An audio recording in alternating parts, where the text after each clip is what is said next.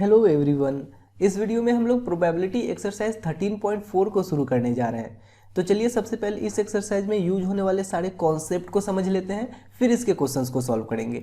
सबसे पहले हम लोग समझते हैं कि रैंडम वेरिएबल क्या होता है। Random variable is a real valued function whose domain is the sample space of a random experiment.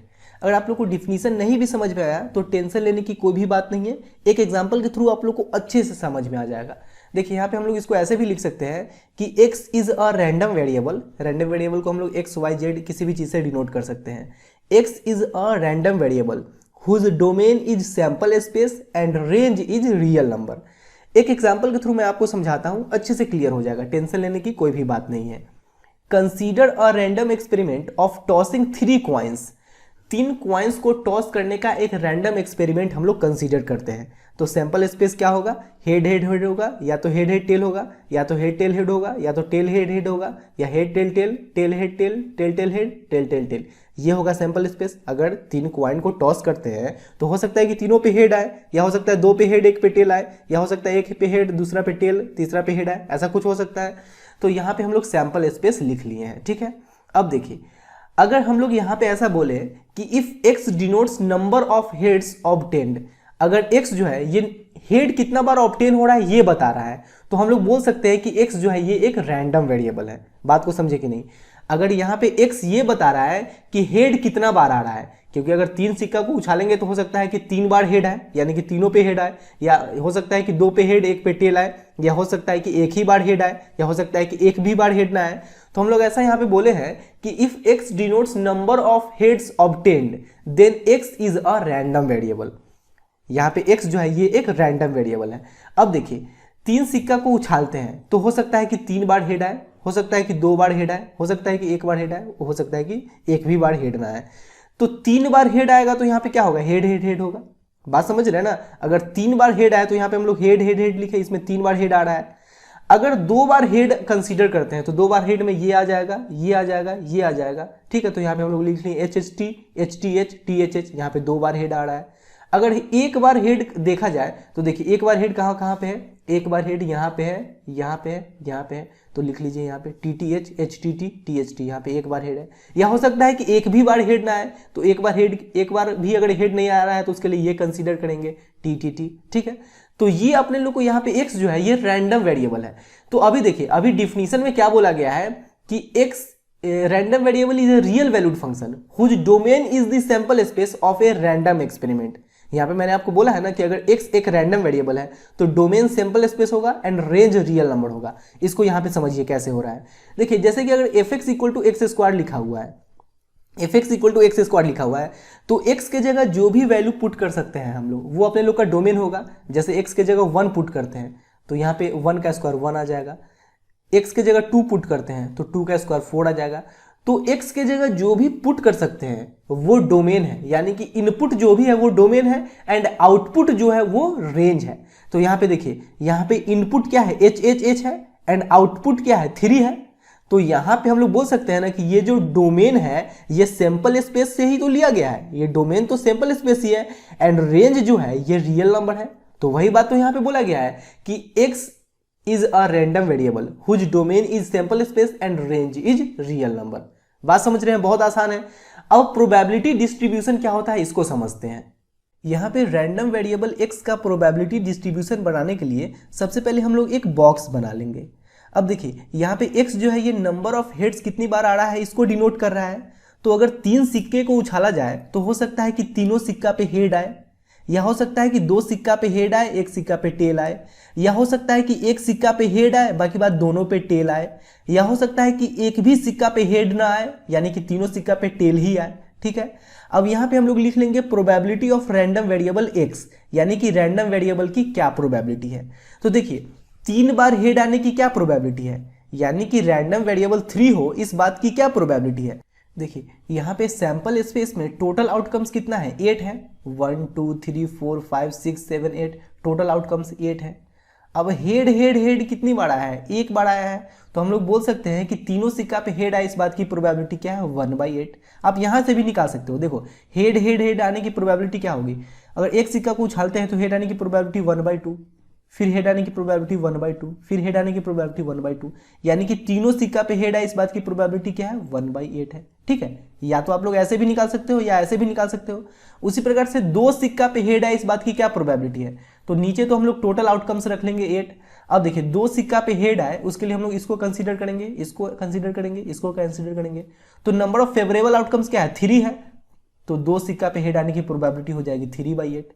या यहां से अगर आप लोग निकालना चाहते हो तो कैसे निकालोगे, देखो हेड हेड टेल आने की प्रोबेबिलिटी क्या हो जाएगी 1/2 इंटू 1/2 इंटू 1/2 यानी कि 1/8, फिर प्लस, फिर यहाँ हेड टेल हेड आने की प्रोबेबिलिटी 1/8 प्लस फिर टेल हेड हेड आने की प्रोबेबिलिटी 1/8, यानी कि 3 सिक्का को अगर उछाला जाता है तो 2 बार हेड आने की प्रोबेबिलिटी हो जाएगी 3/8, तो यहाँ पे हम लोग लिख लेंगे 3/8।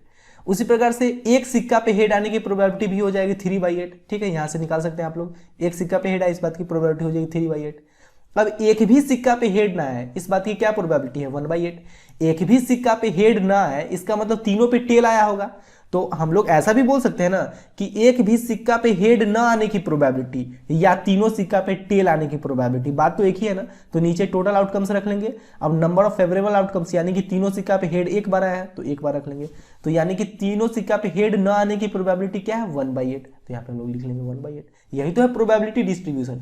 और एक बात हमेशा याद रखिएगा कि प्रोबेबिलिटी डिस्ट्रीब्यूशन में इन सारे को ऐड कीजिएगा तो ये 1 के इक्वल आ जाएगा। देखिए 8 8 8 8 एलसीएम तो 8 हो जाएगा। अब ऊपर क्या है 1 + 3 4 4 + 3 7 7 + 1 8 8/8 1 आ जाएगा।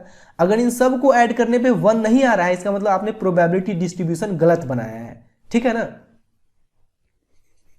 अब हम लोग समझते हैं कि mean of a random variable क्या होता है। देखिए यहाँ पे probability distribution of random variable x दे दिया गया है और बोला जाए mean of random variable x निकालने के लिए, तो कैसे निकालेंगे।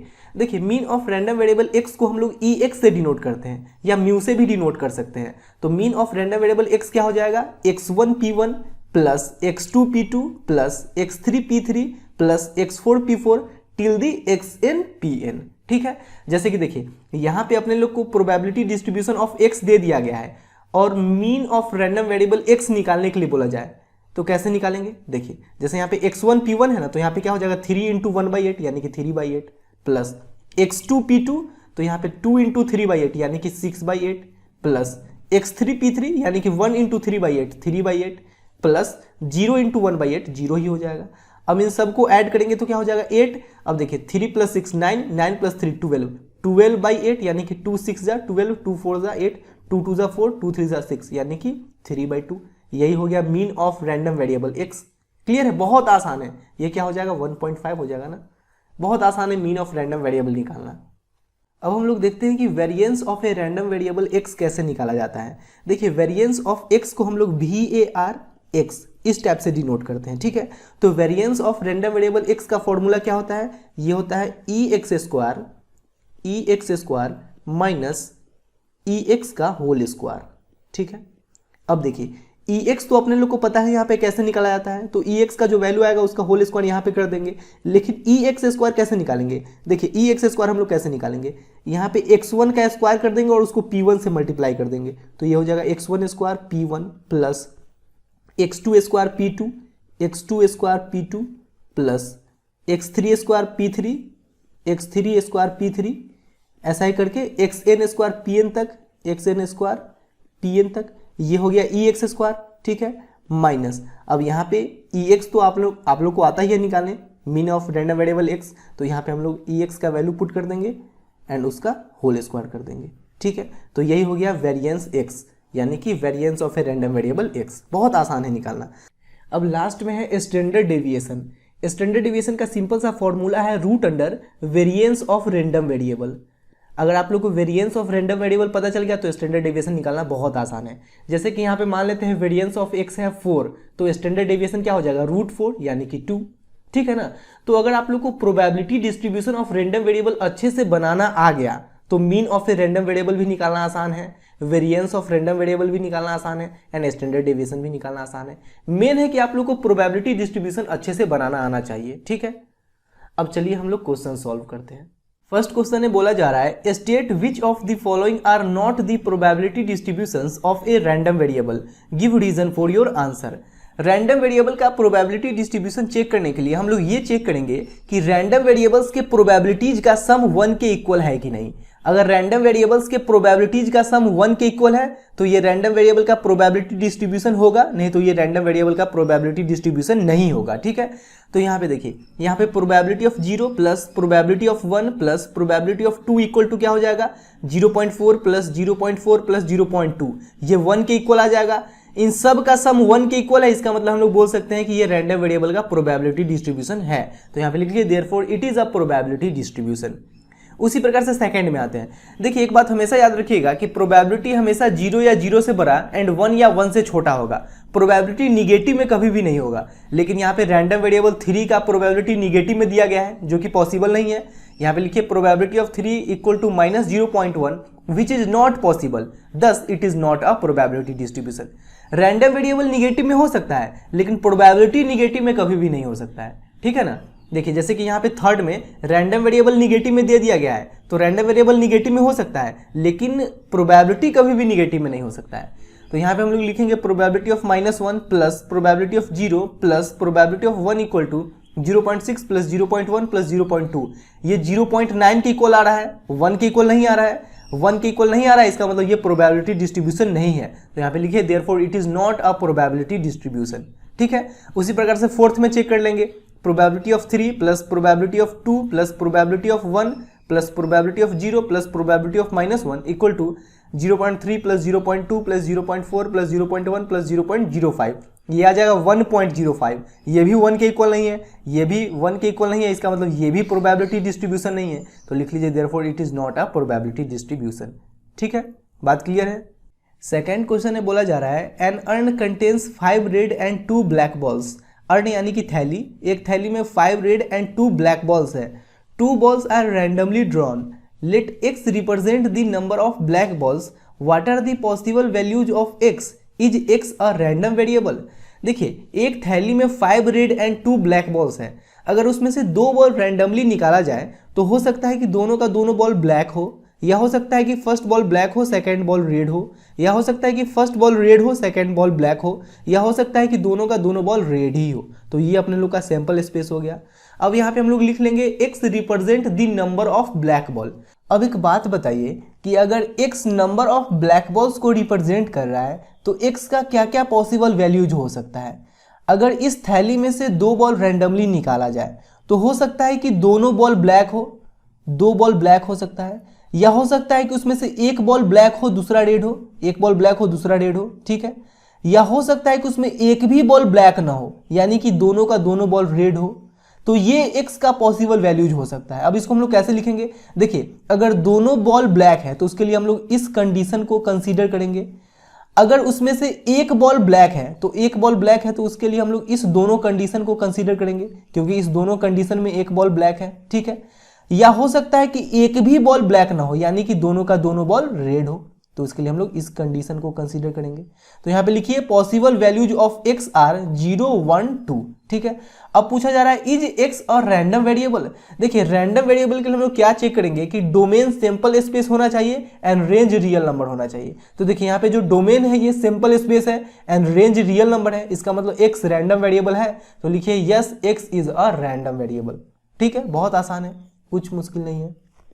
थर्ड क्वेश्चन में बोला जा रहा है let x represent the difference between the number of heads and the number of tails obtained when a coin is tossed 6 times. What are possible values of x। यहाँ पे हम लोग लिख लेंगे here x represent difference between the number of heads and the number of tails obtained when a coin is tossed 6 times. इसको मैं एक simple सा एग्जांपल के थ्रू सबसे पहले आपको समझाता हूँ। जैसे कि एक सिक्के को अगर 2 बार उछाला जाए तो सैंपल स्पेस क्या होगा, हेड हेड हो सकता है, हेड टेल हो सकता है, टेल हेड हो सकता है, टेल टेल हो सकता है। अब अगर यहाँ पे आप लोग को XHH निकालने के लिए बोला जाए तो ये क्या होगा, यहाँ पे x जो है ये number of heads and number of tails के बीच के डिफरेंस को बता रहा है। तो देखिए यहाँ पे 2 हेड है एंड 0 टेल है, तो हेड एंड टेल के बीच का डिफरेंस क्या हो जाएगा, 2 - 0 यानी कि 2 हो जाएगा। ठीक है, अगर XHT निकालने के लिए बोला जाए तो यहाँ पे देखिए यहाँ पे नंबर ऑफ हेड 1 है एंड नंबर ऑफ टेल 1 है, यानी कि 1 - 1 एक्स एच टी का वैल्यू आ जाएगा 0। उसी प्रकार से अगर एक्स टी एच निकालने के लिए बोला जाए तो देखिए यहाँ पे हेड 1 है एंड टेल 1 है, तो 1 - 1 0 हो जाएगा। उसी प्रकार से एक्स टी टी निकालने के लिए अगर बोला जाए तो यहाँ पे नंबर ऑफ हेड 0 है एंड नंबर ऑफ टेल 2 है, तो यहाँ पे इस दोनों के बीच का डिफरेंस क्या हो जाएगा 2 - 0 यानी कि 2 हो जाएगा। बात समझ रहे हैं ना। तो उसी प्रकार से बोला जा रहा है कि अगर एक सिक्के को 6 टाइम्स उछाला जाए तो number of heads and number of tails के बीच के डिफरेंस क्या क्या हो सकता है ये अपने लोगों को बताना है। ठीक है, तो देखिए बहुत आसान है, कुछ भी मुश्किल नहीं है। अगर एक सिक्का को 6 बार उछाला जाए तो हो सकता है कि 6 टाइम हेड है एंड 0 टाइम टेल है, तो इस दोनों के बीच का डिफरेंस क्या हो जाएगा 6 - 0 यानी 6। हो सकता है कि 5 टाइम्स हेड है एंड 1 टाइम्स टेल है, तो इस दोनों के बीच का डिफरेंस क्या हो जाएगा 5 - 1 4। हो सकता है कि 4 टाइम्स हेड है एंड 2 टाइम्स टेल है, तो इस दोनों के बीच का डिफरेंस क्या हो जाएगा 4 - 2 2। हो सकता है कि 3 टाइम्स हेड है एंड 3 टाइम्स टेल है, तो इस दोनों के बीच का डिफरेंस क्या हो जाएगा 3 - 3 0। हो सकता है कि 2 टाइम्स हेड है एंड 4 टाइम्स टेल है, तो इस दोनों के बीच का डिफरेंस क्या हो जाएगा 2, बड़ा में से छोटा को घटाएंगे तो 4 - 2 2 हो जाएगा। या हो सकता है कि 1 टाइम्स हेड है एंड 5 टाइम्स टेल है, तो इस दोनों के बीच का डिफरेंस क्या हो जाएगा 5 - 1 4। या हो सकता है कि 0 टाइम्स हेड है 6 टाइम टेल्स है, यानी कि 6 बार के 6 बार टेल ही आ जाए, एक बार भी हेड ना है, तो इस दोनों के बीच का डिफरेंस क्या हो जाएगा 6 - 0 6। इसके अलावा तो कुछ भी पॉसिबल नहीं है। तो यहाँ पे x का पॉसिबल वैल्यू क्या क्या आ गया 0 आ गया, 2 आ गया, 4 आ गया एंड 6 आ गया। तो लिखिए therefore possible values of x is 0 2 4 6। ठीक है, यही तो करना है, बहुत आसान है। क्वेश्चन नंबर 4 में बोला जा रहा है find the probability distribution of number of heads in 2 tosses of A coin. देखिए अगर एक क्वाइन को 2 बार टॉस कीजिएगा तो सैंपल स्पेस क्या होगा, हेड हेड हो सकता है, हेड टेल हो सकता है, टेल हेड हो सकता है, टेल टेल हो सकता है। अब यहाँ पे हम लोग लिख लेंगे let X represent number of heads. अगर एक्स नंबर ऑफ हेड्स को रिप्रेजेंट कर रहा है तो एक्स का क्या क्या पॉसिबल वैल्यू हो सकता है। हो सकता है कि दोनों बार हेड ही आए, या हो सकता है कि एक बार हेड आए, या हो सकता है कि एक भी बार हेड ना आए, यानी कि दोनों बार टेल ही आए। अब हम लोग यहाँ पे लिखेंगे probability of X equal to 2, यानी कि probability of X equal to 2 कहने का मतलब कि दोनों बार हेड आए इस बात की क्या प्रोबेबिलिटी है, यानी कि probability of H H equal to क्या होगा। देखिए यहाँ पे टोटल आउटकम्स है 4 एंड हेड हेड एक बार आ रहा है, यानी कि हेड हेड आने की प्रोबेबिलिटी क्या हो जाएगी 1/4। या आप लोग ऐसे भी निकाल सकते हो कि अगर एक सिक्का को एक बार उछालोगे तो हेड आने की प्रोबेबिलिटी हो जाएगी 1/2, फिर एक सिक्का को उछालोगे तो हेड आने की प्रोबेबिलिटी हो जाएगी 1/2, यानी कि दोनों सिक्का पे हेड हेड आने की प्रोबेबिलिटी क्या हो जाएगी 1/4। क्लियर है ना। अब हम लोग यहाँ पे निकालते हैं probability of x equal to 1, यानी कि एक बार हेड आने की क्या प्रोबेबिलिटी है। देखिए एक बार हेड इस दोनों कंडीशन में आ रहा है, तो इस दोनों कंडीशन को हम लोग यहाँ पे कंसीडर करेंगे। Probability of H T plus probability of T H equal to, देखिए प्रोबेबिलिटी ऑफ एच टी क्या हो जाएगा, यानी कि एच टी आने की क्या प्रोबेबिलिटी हो जाएगी 1/4। 1/4 यहाँ से भी आप लोग निकाल सकते हो 1/2 इंटू 1/2 1/4। उसी प्रकार से प्रोबेबिलिटी ऑफ टी एच क्या हो जाएगा, प्रोबेबिलिटी ऑफ टी एच भी हो जाएगा 1/4। ठीक है, टी एच एक बार आया है और टोटल आउटकम से 4, तो 1/4। ठीक है, 1/4 प्लस 1/4 ये हो जाएगा 2/4, 2/4 यानी कि 1/2। Probability of x equal to 1 क्या आ गया 1/2। अब हम लोग निकालेंगे probability of x equal to 0, यानी कि एक भी बार हेड ना आने की प्रोबेबिलिटी, यानी कि टेल टेल आने की क्या प्रोबेबिलिटी हो जाएगी। अगर एक भी बार हेड नहीं आ रहा है इसका मतलब दोनों बार टेल ही आया होगा, तो दोनों बार टेल आने की प्रोबेबिलिटी क्या हो जाएगी 1/4। ठीक है, अब यहाँ पे हम लोग प्रोबेबिलिटी डिस्ट्रीब्यूशन बना लेंगे। यहाँ पे लिख लेंगे x, यहाँ पे लिख लेंगे px। x का क्या क्या पॉसिबल वैल्यू है 0 1 2, इसको हम लोग असेंडिंग ऑर्डर में लिख लेंगे। अब देखिए प्रोबेबिलिटी ऑफ 0 क्या है 1/4, प्रोबेबिलिटी ऑफ 1 क्या है 1/2, प्रोबेबिलिटी ऑफ 2 क्या है 1/4। ठीक है, यही तो हो गया प्रोबेबिलिटी डिस्ट्रीब्यूशन। बहुत आसान है प्रोबेबिलिटी डिस्ट्रीब्यूशन बनाना। ठीक है, अब सेकेंड में बोला जा रहा है number of tails in the simultaneous tosses of 3 coins. अगर 3 सिक्के को बारी बारी से उछाला जाता है तो सैंपल स्पेस क्या होगा। हो सकता है कि तीनों सिक्का पे हेड आए, या हो सकता है कि 2 सिक्का पे हेड आए, एक सिक्का पे टेल आए, या हो सकता है कि HTH हो या HTT हो या THH हो या THT हो या TTH हो या TTT हो। ठीक है, अब यहाँ पे लिख लेंगे let x represent number of tails. अब देखिए अगर x नंबर ऑफ टेल्स को रिप्रेजेंट कर रहा है तो x का क्या क्या पॉसिबल वैल्यूज हो सकता है। हो सकता है कि तीनों सिक्का पे टेल आए, या हो सकता है कि 2 सिक्का पे टेल आए, या हो सकता है कि एक ही सिक्का पे टेल आए, या हो सकता है कि एक भी सिक्का पे टेल ना आए, यानी तीनों सिक्का पे हेड ही आए। अब इन सारे रैंडम वेरिएबल्स का क्या प्रोबेबिलिटीज होगा ये हम लोग निकालेंगे। तो प्रोबेबिलिटी ऑफ रैंडम वेरिएबल 3 क्या होगा, प्रोबेबिलिटी ऑफ रैंडम वेरिएबल 3 कहने का मतलब तीनों सिक्का पे टेल आए इस बात की क्या प्रोबेबिलिटी है, यानी कि probability of T T T. तो देखिए इसको आप लोग ऐसे भी निकाल सकते हो कि एक सिक्का को अगर एक बार उछालेंगे तो टेल आने की प्रोबेबिलिटी है 1/2, तो 1/2 इंटू 1/2 इंटू 1/2 1/8, ऐसे भी निकाल सकते हो। या देखो टोटल आउटकम्स यहाँ पे 8 है एंड टेल टेल टेल ये एक बार आया है, तो टेल टेल टेल आने की प्रोबेबिलिटी क्या हो जाएगी 1/8। ठीक है, अब हम लोग निकालते हैं probability of random variable 2। Probability of random variable 2 कहने का मतलब दो सिक्का पे टेल आए इस बात की क्या प्रोबेबिलिटी है। तो देखिए दो सिक्का पे टेल आए उसके लिए हम लोग इसको कंसीडर करेंगे, इसको कंसीडर करेंगे, इसको कंसीडर करेंगे। ठीक है, क्योंकि इस तीनों कंडीशन में दो सिक्का पे टेल आ रहा है। ठीक है, तो यहाँ पे लिखिए probability of H T T plus probability of T H T plus probability of T T H equal to, देखिए probability of H T T क्या हो जाएगा, यहाँ पे एच टी टी एक बार आया है और टोटल आउटकम्स है 8, तो probability of H T T क्या हो जाएगा 1/8। या आप लोग ऐसे भी कर सकते हो कि हेड आने की प्रोबेबिलिटी होती है 1/2, टेल आने की भी प्रोबेबिलिटी 1/2, तो यहाँ पे 1/2 इंटू 1/2 इंटू 1/2 यहाँ पे 1/8 हो जाएगा, प्लस उसी प्रकार से इसका भी 1/8 हो जाएगा, प्लस उसी प्रकार से इसका भी 1/8 हो जाएगा। अब इस तीनों को ऐड कर देंगे तो ये हो जाएगा 3/8। ठीक है, अब हम निकालते हैं probability of random variable 1। Probability of random variable 1 कहने का मतलब किसी एक सिक्का पे टेल आए इस बात की क्या प्रोबेबिलिटी है। तो देखिए किसी एक सिक्का पे टेल आए उसके लिए हम लोग इसको कंसीडर करेंगे, इसको कंसीडर करेंगे और इसको कंसीडर करेंगे। ठीक है, तो यहाँ पे लिखिए probability of H H T plus probability of H T H plus probability of T H H equal to, देखिए एच एच टी की क्या प्रोबेबिलिटी हो जाएगी 1/8 हो जाएगा ना। यहाँ पे टोटल आउटकम्स है 8 एंड एच एच टी एक बार आया है, तो एच एच टी का क्या प्रोबेबिलिटी हो जाएगा 1/8। उसी प्रकार से एच टी एच का भी 1/8 हो जाएगा, टी एच एच का भी 1/8 हो जाएगा। इस तीनों को ऐड करेंगे तो ये हो जाएगा 3/8। अब हम लोग निकालते हैं प्रोबेबिलिटी ऑफ रैंडम वेरिएबल 0, यानी कि एक भी बार टेल न आने की प्रोबेबिलिटी। देखिए अगर एक भी बार टेल नहीं आ रहा है इसका मतलब तीनों बार हेड ही आया होगा, तो अगर हम लोग तीनों बार हेड आने की प्रोबेबिलिटी निकाल देते हैं तो इससे ये भी पता चल जाएगा कि एक भी बार टेल ना आने की क्या प्रोबेबिलिटी है। तो देखिए तीनों बार हेड आने की क्या प्रोबेबिलिटी हो जाएगी, यहाँ पे टोटल आउटकम्स 8 है एंड हेड हेड हेड एक बार आया है, तो हेड हेड हेड आने की क्या प्रोबेबिलिटी हो जाएगी 1/8। ठीक है, अब यहाँ पे हम लोग प्रोबेबिलिटी डिस्ट्रीब्यूशन बना लेंगे, यहाँ पे लिख लेंगे x, यहाँ पे लिख लेंगे px। अब x का क्या क्या पॉसिबल वैल्यू है 0 1 2 3, तो यहाँ पे लिख लेंगे 0 1 2 3। अब प्रोबेबिलिटी ऑफ 0 क्या है 1/8, प्रोबेबिलिटी ऑफ 1 क्या है 3/8, प्रोबेबिलिटी ऑफ 2 क्या है 3/8, प्रोबेबिलिटी ऑफ 3 क्या है 1/8। अब देखिए ये प्रोबेबिलिटी डिस्ट्रीब्यूशन आपका सही है या नहीं, इसको हम लोग कैसे चेक करेंगे। इन सारे प्रोबेबिलिटीज का सम अगर 1 के इक्वल आ रहा है तो ये सही होगा, तो देखिए इन सारे को ऐड कीजिएगा ना तो ये 1 के इक्वल आ जाएगा। ठीक है, अब थर्ड में क्या बोला जा रहा है, थर्ड में बोला जा रहा है number of heads in 4 tosses of A coin, यानी कि अगर एक सिक्के को 4 बार उछाला जाए तो नंबर ऑफ हेड्स की क्या क्या प्रोबेबिलिटीज हो सकती है।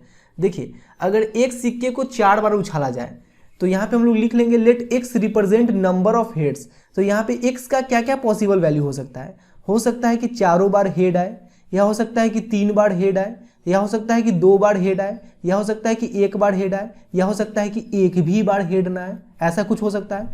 अब इन सारे रैंडम वेरिएबल का हम लोग प्रोबेबिलिटीज निकालेंगे, तो probabilities of random variable x equal to 4 क्या होगा। Probability of x equal to 4 कहने का मतलब चारों सिक्का पे हेड आए इस बात की क्या प्रोबेबिलिटी है। तो चारों सिक्का पे हेड आए इस बात की प्रोबेबिलिटीज हम लोग कैसे निकालेंगे 1/2 इंटू 1/2 इंटू 1/2 इंटू 1/2 1/16। ये आप लोग ऐसे भी देख सकते हो कि यहाँ पे सैंपल स्पेस में टोटल आउटकम 16 है and head head head head, यानी चारों सिक्का पे हेड एक बार आया है, तो हेड हेड हेड हेड आने की क्या प्रोबेबिलिटी हो जाएगी 1/16। ठीक है ना। अब हम लोग निकालते हैं यहाँ पे probability of x equal to 3, यानी कि 3 सिक्का पे हेड आने की क्या प्रोबेबिलिटी है। देखिए 3 सिक्का पे हेड आया होगा, यानी कि हो सकता है कि लगातार 3 बार हेड आया होगा, एक बार टेल आया होगा, या हो सकता है कि 2 बार हेड आया होगा फिर टेल आ गया होगा फिर हेड आया गया होगा, या हो सकता है कि पहले हेड आया होगा फिर टेल आया होगा फिर हेड आया होगा फिर हेड आया होगा, या हो सकता है कि पहले टेल आया होगा फिर 3 बार लगातार हेड आया होगा। इसके अलावा तो कुछ और पॉसिबल नहीं है। तो देखिए यहाँ पे प्रोबेबिलिटी ऑफ एच टी क्या हो जाएगा 1/2 इंटू 1/2 इंटू 1/2 इंटू 1/2 1/16। उसी प्रकार से इसका भी 1/16, इसका भी 1/16, इसका भी 1/16। अब इन सब को ऐड करेंगे तो ये हो जाएगा 4/16 यानी कि 1/4। अब हम लोग निकालते हैं probability of x equal to 2, यानी कि किसी दो सिक्का पे हेड आने की क्या प्रोबेबिलिटी है।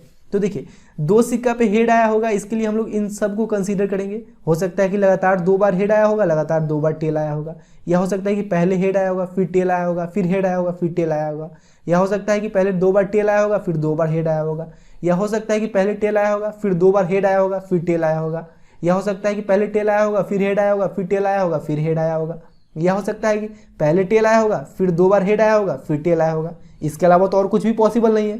अब देखिए यहाँ पे इसका प्रोबेबिलिटी क्या होगा, इसका प्रोबेबिलिटी होगा 1/16, इसका भी 1/16, इसका भी 1/16, और यहाँ पे टोटल 6 है, तो हम लोग ऐसा बोल सकते हैं कि इन सारे का प्रोबेबिलिटी हो जाएगा 6 × 1/16। बात समझ रहे हैं ना। इसको आप लोग ऐड कर दीजिए, 1/16 + 1/16 6 बार ऐड कर दीजिए, या 1/16 को 6 से मल्टीप्लाई कर दीजिए, बात तो एक ही ना हुआ। तो यहाँ पे इसको कैंसिल करेंगे तो ये हो जाएगा 3/8। क्लियर है। अब हम लोग निकालते हैं प्रोबेबिलिटी ऑफ x = 1, यानी कि किसी एक सिक्का पे हेड आने की क्या प्रोबेबिलिटी है।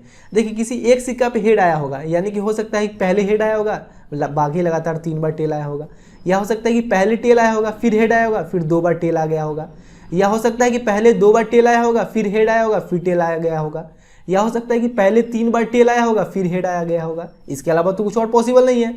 तो देखिए इसका भी प्रोबेबिलिटी 1/16, इसका भी 1/16, इसका भी 1/16, इसका भी 1/16। यहाँ पे 1/16 को अगर हम लोग 4 बार ऐड करेंगे तो ये क्या हो जाएगा 4 × 1/16, यानी कि 1/4। अब हम लोग यहाँ पे निकालते हैं प्रोबेबिलिटी ऑफ x = 0, यानी कि एक भी बार हेड ना आने की प्रोबेबिलिटी। एक भी बार हेड नहीं आया होगा, इसका मतलब चारों बार टेल ही आया होगा, तो चारों बार टेल आने की क्या प्रोबेबिलिटी हो जाएगी 1/16। अब हम लोग प्रोबेबिलिटी डिस्ट्रीब्यूशन बनाएंगे, यहाँ पे लिख लेंगे x, यहाँ पे लिख लेंगे px।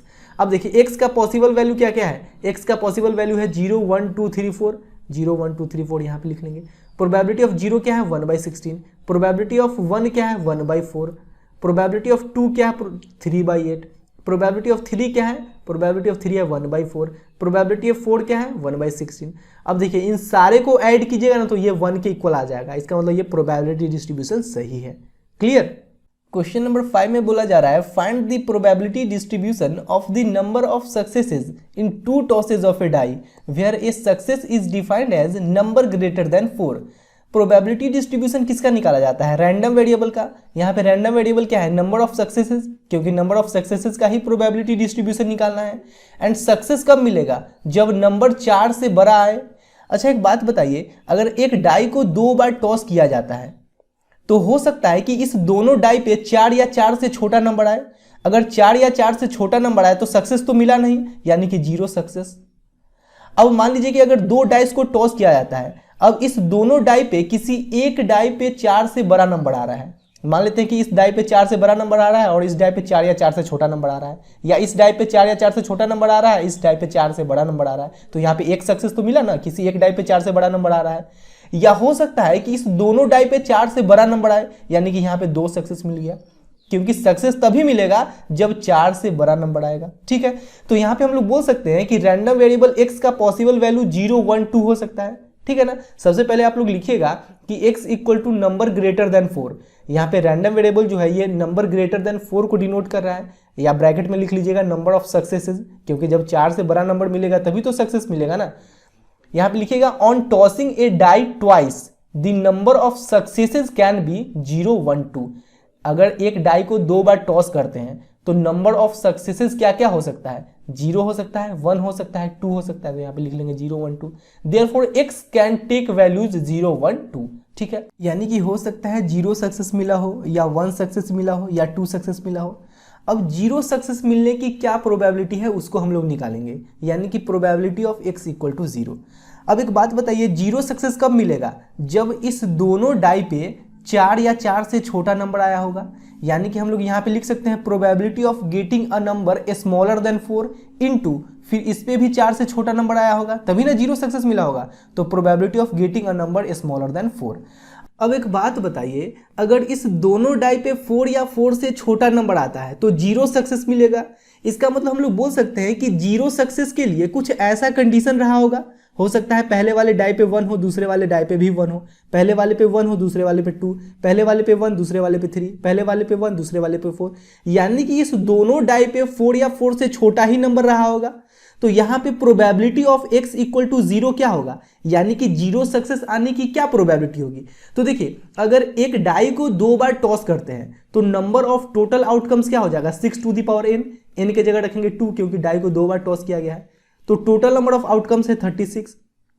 अब इसमें से किसी के आने की क्या प्रोबेबिलिटी है, अगर इसमें से कोई एक आएगा तभी ना 0 सक्सेस मिलेगा, तो इसमें से यहाँ पे total number of favourable outcomes क्या है 4 + 4 8, 8 + 4 12, 12 + 4 16। तो यहाँ पे 0 सक्सेस आने की प्रोबेबिलिटी क्या हो जाएगी 16/36, यानी कि 4 4 जा 16, 4 9 जा 36, यानी कि 4/9। ऐसे हम लोग बढ़ा सकते हैं, या एक और तरीका है कि हम लोग ऐसे भी सॉल्व कर सकते हैं। देखिए यहाँ हम लोग लिख लेंगे probability of getting a number smaller than 4 into probability of getting a number smaller than 4। अगर एक डाई को 2 बार टॉस करते हैं तो इस दोनों बार 4 या 4 से छोटा नंबर आने की क्या प्रोबेबिलिटी है। देखिए अगर एक डाई को एक बार टॉस करते हैं तो टोटल नंबर ऑफ आउटकम्स क्या हो जाएगा 6 हो जाएगा। अब 1 से लेकर 4 तक यानी 4 या 4 से छोटा नंबर आने की क्या प्रोबेबिलिटी हो जाएगी 4/6। उसी प्रकार से यहाँ पे भी 4 या 4 से छोटा नंबर आने की क्या प्रोबेबिलिटी हो जाएगी 4/6। 4/6 इंटू 4/6 ये हो जाएगा 16/36। 16/36 को कैंसिल करेंगे तो ये हो जाएगा 4/9, ठीक है ना। तो यहाँ पे लिख लीजिएगा probability of getting a number smaller than 4 into probability of getting a number smaller than 4। अब देखिए 4 या 4 से छोटा नंबर आने की प्रोबेबिलिटी 4/6 इंटू 4 या 4 से छोटा नंबर आने की प्रोबेबिलिटी 4/6, दोनों बार 4 या 4 से छोटा नंबर ही आ रहा है, तो ये क्या हो जाएगा 16/36 यानी कि 4/9, ठीक है। ये हो गया 0 सक्सेस की प्रोबेबिलिटी। अब 1 सक्सेस की प्रोबेबिलिटी क्या होगी ये हम लोग निकालते हैं। 1 सक्सेस कहने का मतलब कि अगर एक डाई को 2 बार टॉस किया जाता है तो इस दोनों बार में से किसी एक बार 4 से ज़्यादा आ जाए और दूसरे बार 4 या 4 से छोटा आ जाए, ठीक है। तो देखिए हो सकता है कि पहले वाले डाई पे 4 से बड़ा आ जाए और दूसरे वाले डाई पे 4 या 4 से छोटा हो जाए, या ऐसा भी तो हो सकता है कि पहले वाले डाई पे 4 या 4 से छोटा आ जाए और दूसरे वाले डाई पे 4 से बड़ा आ जाए। इस दोनों में से कोई भी कंडीशन हो सकता है। अब देखिए 4 से बड़ा आने की क्या प्रोबेबिलिटी है, 4 से बड़ा यानी कि 5/6 आने की प्रोबेबिलिटी हो जाएगी 2/6 इंटू 4 या 4 से छोटा आने की क्या प्रोबेबिलिटी हो जाएगी 4/6। अब और की जगह हम लोग प्लस लगा लेंगे। फिर यहाँ पे देखिए यहाँ पे हो सकता है कि पहले वाले कंडीशन में यानी कि पहले वाले डाई पे 4 या 4 से छोटा नंबर आ गया होगा और दूसरे वाले डाई पे 4 से बड़ा नंबर आ गया होगा, तो 4 या 4 से छोटा नंबर आने की प्रोबेबिलिटी हो जाएगी 4/6 इंटू 4 से बड़ा नंबर आने की प्रोबेबिलिटी हो जाएगी 2/6। ये हो गया 8/36 प्लस ये हो गया 8/36, इस दोनों को ऐड करेंगे तो हो जाएगा 16/36। 16/36 यानी कि 4/9, यानी कि 1 सक्सेस की क्या प्रोबेबिलिटी है 4/9। अब 2 सक्सेस की क्या प्रोबेबिलिटी है ये हम लोग चेक करते हैं। 2 सक्सेस की प्रोबेबिलिटी कहने का मतलब कि अगर एक डाई को 2 बार टॉस किया जाता है तो दोनों बार यानी कि पहला बार भी 4 से ज़्यादा नंबर आए और दूसरा बार भी 4 से ज़्यादा नंबर आए। तो देखिए पहला बार 4 से ज़्यादा नंबर आने की क्या प्रोबेबिलिटी है 2/6 इंटू दूसरे बार भी 4 से ज़्यादा नंबर आने की क्या प्रोबेबिलिटी हो जाएगी 2/6। 4 से ज़्यादा यानी कि 5/6, तो 5/6 आने की क्या प्रोबेबिलिटी है 2/6, यहाँ इंटू लगा देंगे 2/6, तो ये हो गया 4/36। 4/36 यानी कि 1/9। अब इसका हम लोग प्रोबेबिलिटी डिस्ट्रीब्यूशन बनाएंगे। यहाँ पे हम लोग लिख लेंगे एक्स के जगह हम लोग रैंडम वेरिएबल रख लेंगे। रैंडम वेरिएबल क्या है 0 1 2 है 0 1 2। अब प्रोबेबिलिटी ऑफ 0 क्या है 4/9, प्रोबेबिलिटी ऑफ 1 क्या है 4/9, प्रोबेबिलिटी ऑफ 2 क्या है 1/9। अब ये प्रोबेबिलिटी डिस्ट्रीब्यूशन सही है कि नहीं कैसे चेक करेंगे, इन सबको ऐड करके देख लेंगे कि ये 1 के इक्वल आ रहा है कि नहीं। इन सबको ऐड कीजिएगा तो ये 1 के इक्वल आ जाएगा, इसका मतलब ये प्रोबेबिलिटी डिस्ट्रीब्यूशन सही है, ठीक है।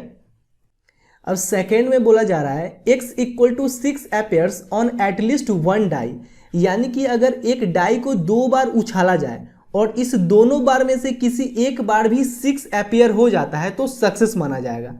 अब एक बात बताइए, अगर एक डाई को 2 बार उछाला जाए, इस दोनों बार में से किसी एक बार भी 6 नहीं आए यानी कि सक्सेस 0 मिला, तो हम लोग बोल सकते हैं कि x का क्या क्या वैल्यू हो सकता है 0 हो सकता है।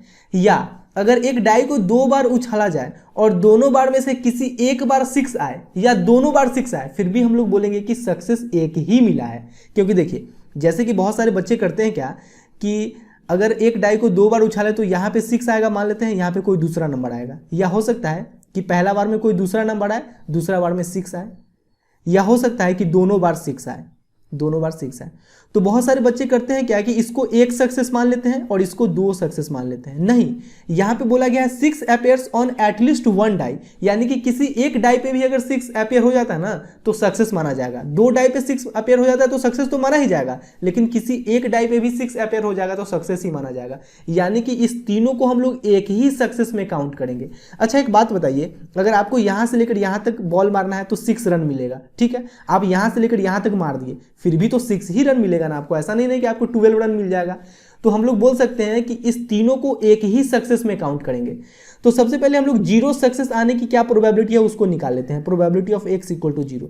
तो देखिए 0 सक्सेस कब आएगा, जब दोनों डाई में से किसी भी डाई पे 6 अपीयर ना हो, यानी कि देखिए प्रोबेबिलिटी ऑफ यहाँ पे n स्मॉलर देन 6 होगा इनटू इस डाई पे भी n स्मॉलर देन 6 होगा। अब दोनों डाई पे 6 से छोटा नंबर आने की क्या प्रोबेबिलिटी है, यहाँ पे हो जाएगा 5/6 इंटू यहाँ पे भी हो जाएगा 5/6, यानी कि 25/36, ठीक है। अब हम लोग निकालते हैं probability of x equal to 1, यानी कि एक सक्सेस आने की क्या प्रोबेबिलिटी है। देखिए एक सक्सेस कब आएगा, जब हो सकता है कि पहले वाले डाई पे यानी कि फर्स्ट डाई पे 6 आ गया हो इंटू सेकेंड डाई पे 6 से कोई छोटा नंबर आ गया हो, यानी कि n स्मॉलर देन 6, और हो सकता है कि पहले वाले डाई पे 6 से छोटा नंबर आ गया हो और दूसरे वाले डाई पे 6 आ गया हो, या हो सकता है कि दोनों डाई पे 6 आ गया हो, दोनों डाई पे 6 आ गया हो, ठीक है। इन सब को हम लोग एक ही सक्सेस में काउंट करेंगे, याद रखिएगा ये बात, ठीक है।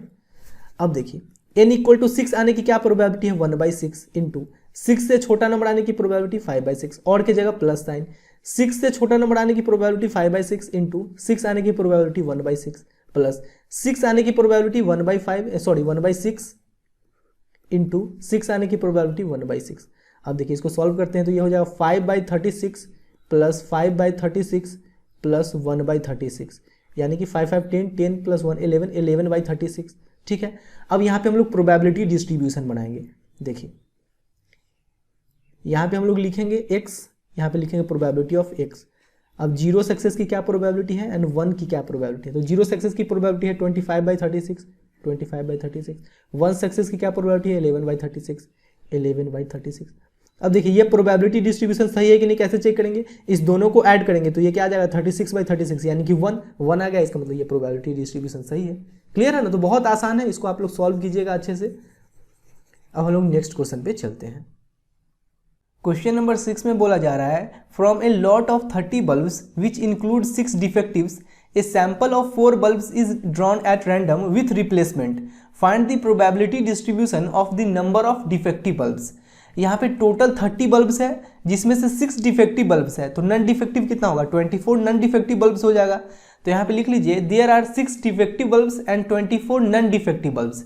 अब देखिए प्रोबेबिलिटी डिस्ट्रीब्यूशन किसका निकालना है, नंबर ऑफ डिफेक्टिव बल्ब्स का, तो यहाँ पे लिख लीजिएगा let X denote number of defective bulbs.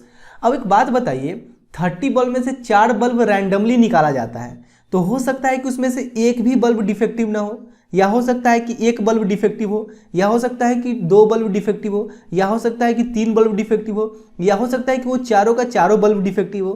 तो एक्स का ये पॉसिबल वैल्यूज आ गया। अब इन सारे रैंडम वेरिएबल का बारी बारी से हम लोग प्रोबेबिलिटीज निकालेंगे। यहाँ पे सबसे पहले हम लोग लिख लेंगे let D denotes defective bulbs and N denotes non defective bulbs, ठीक है। अब हम लोग probability of x equal to 0 निकालते हैं। Probability of x equal to 0 कहने का मतलब 0 डिफेक्टिव बल्ब आने की क्या प्रोबेबिलिटी है, 0 डिफेक्टिव बल्ब कब आया होगा, जब चारों का चारों नन डिफेक्टिव बल्ब रहा होगा। यहाँ पे n मैंने इसलिए लिखा है क्योंकि n जो है ये नन डिफेक्टिव बल्ब को डिनोट कर रहा है। तो अगर 0 डिफेक्टिव बल्ब आया होगा इसका मतलब चारों का चारों नन डिफेक्टिव बल्ब आया होगा। तो चारों के चारों नन डिफेक्टिव बल्ब आने की क्या प्रोबेबिलिटी है इसको हम लोग निकाल लेते हैं। तो देखिए यहाँ पे टोटल 30 बल्ब्स है जिसमें से 24 नन डिफेक्टिव बल्ब है, तो पहला बल्ब नन डिफेक्टिव रहा होगा, इसकी क्या प्रोबेबिलिटी है 24/30। अब इसमें से जो एक बल्ब निकाला गया है फिर इसको रिप्लेस कर दिया गया है, यहाँ पे लिखा हुआ है ना विथ रिप्लेसमेंट, तो इसमें से जो एक बल्ब निकाला गया है फिर उसको रिप्लेस कर दिया गया है, तो फिर से इसमें टोटल 30 बल्ब्स हो जाएगा एंड टोटल नन डिफेक्टिव तो 24 ही रहेगा क्योंकि बल्ब रिप्लेस कर दिया गया है। तो दूसरा बल्ब ही नन डिफेक्टिव हो इस बात की प्रोबेबिलिटी है 24/30। फिर से तीसरा की भी 24/30, चौथा की भी 24/30। इस चारों को मल्टीप्लाई करेंगे तो ये हो जाएगा 24/30 का पावर 4। अब देखिए 24 को कैंसिल करेंगे तो ये हो जाएगा 6 4 जा 24 और यहाँ हो जाएगा 6 5 जा 30। ये हो गया 4/5 का पावर 4, तो ये हो जाएगा 256/625। ठीक है, अब हम लोग निकालते हैं probability of x equal to 1। Probability of x equal to 1 कहने का मतलब एक डिफेक्टिव बल्ब आया हो, इस बात की क्या प्रोबेबिलिटी है। तो हो सकता है कि पहले डिफेक्टिव आया हो, बाकी बाद 3 नॉन डिफेक्टिव आया हो, या हो सकता है कि पहले नॉन डिफेक्टिव आया हो फिर डिफेक्टिव आया हो, बाकी बाद दोनों फिर नॉन डिफेक्टिव आ गया हो, या हो सकता है कि 2 लगातार नॉन डिफेक्टिव आया हो, एक डिफेक्टिव आया हो फिर नॉन डिफेक्टिव आ गया हो, या हो सकता है कि 3 लगातार नॉन डिफेक्टिव आया हो और एक डिफेक्टिव आ गया हो। यही 4 केस पॉसिबल है ना, इसके अलावा तो और कुछ पॉसिबल नहीं है। अब देखिए डिफेक्टिव आने की क्या प्रोबेबिलिटी हो जाएगी 6/30। यहाँ पे देखिए डिफेक्टिव है टोटल 6 एंड टोटल बल्ब है 30, तो डिफेक्टिव आने की प्रोबेबिलिटी क्या हो जाएगी 6/30, तो 6/30। नॉन डिफेक्टिव आने की प्रोबेबिलिटी 24/30, फिर नॉन डिफेक्टिव की 24/30, नॉन डिफेक्टिव की 24/30 प्लस, अब देखिए यहाँ नॉन डिफेक्टिव का क्या प्रोबेबिलिटी है 24/30 इंटू डिफेक्टिव की 6/30, नॉन डिफेक्टिव की 24/30, नॉन डिफेक्टिव की 24/30। उसी प्रकार से इस चारों का लिख लीजिएगा। ठीक है, अब देखिए ये चारों एक ही टाइप का है। अब इस चारों को सॉल्व करके ऐड करने से अच्छा है कि केवल इसको लिखते हैं और इसमें 4 से मल्टीप्लाई कर देते हैं। बात समझे कि नहीं, ये चारों एक ही जैसा है, देख लीजिए। तो इस चारों को मल्टीप्लाई करके ऐड करने से अच्छा है कि इसमें से कोई एक लिख लीजिए। देखिए इसको हम लोग कैंसिल करेंगे तो 6 5 जा 30 1/5 हो जाएगा। 24/30 को कैंसिल करेंगे तो 6 4 जा 24, 6 5 जा 30, 24/30 को कैंसिल करेंगे तो 4/5, यहाँ भी 4/5।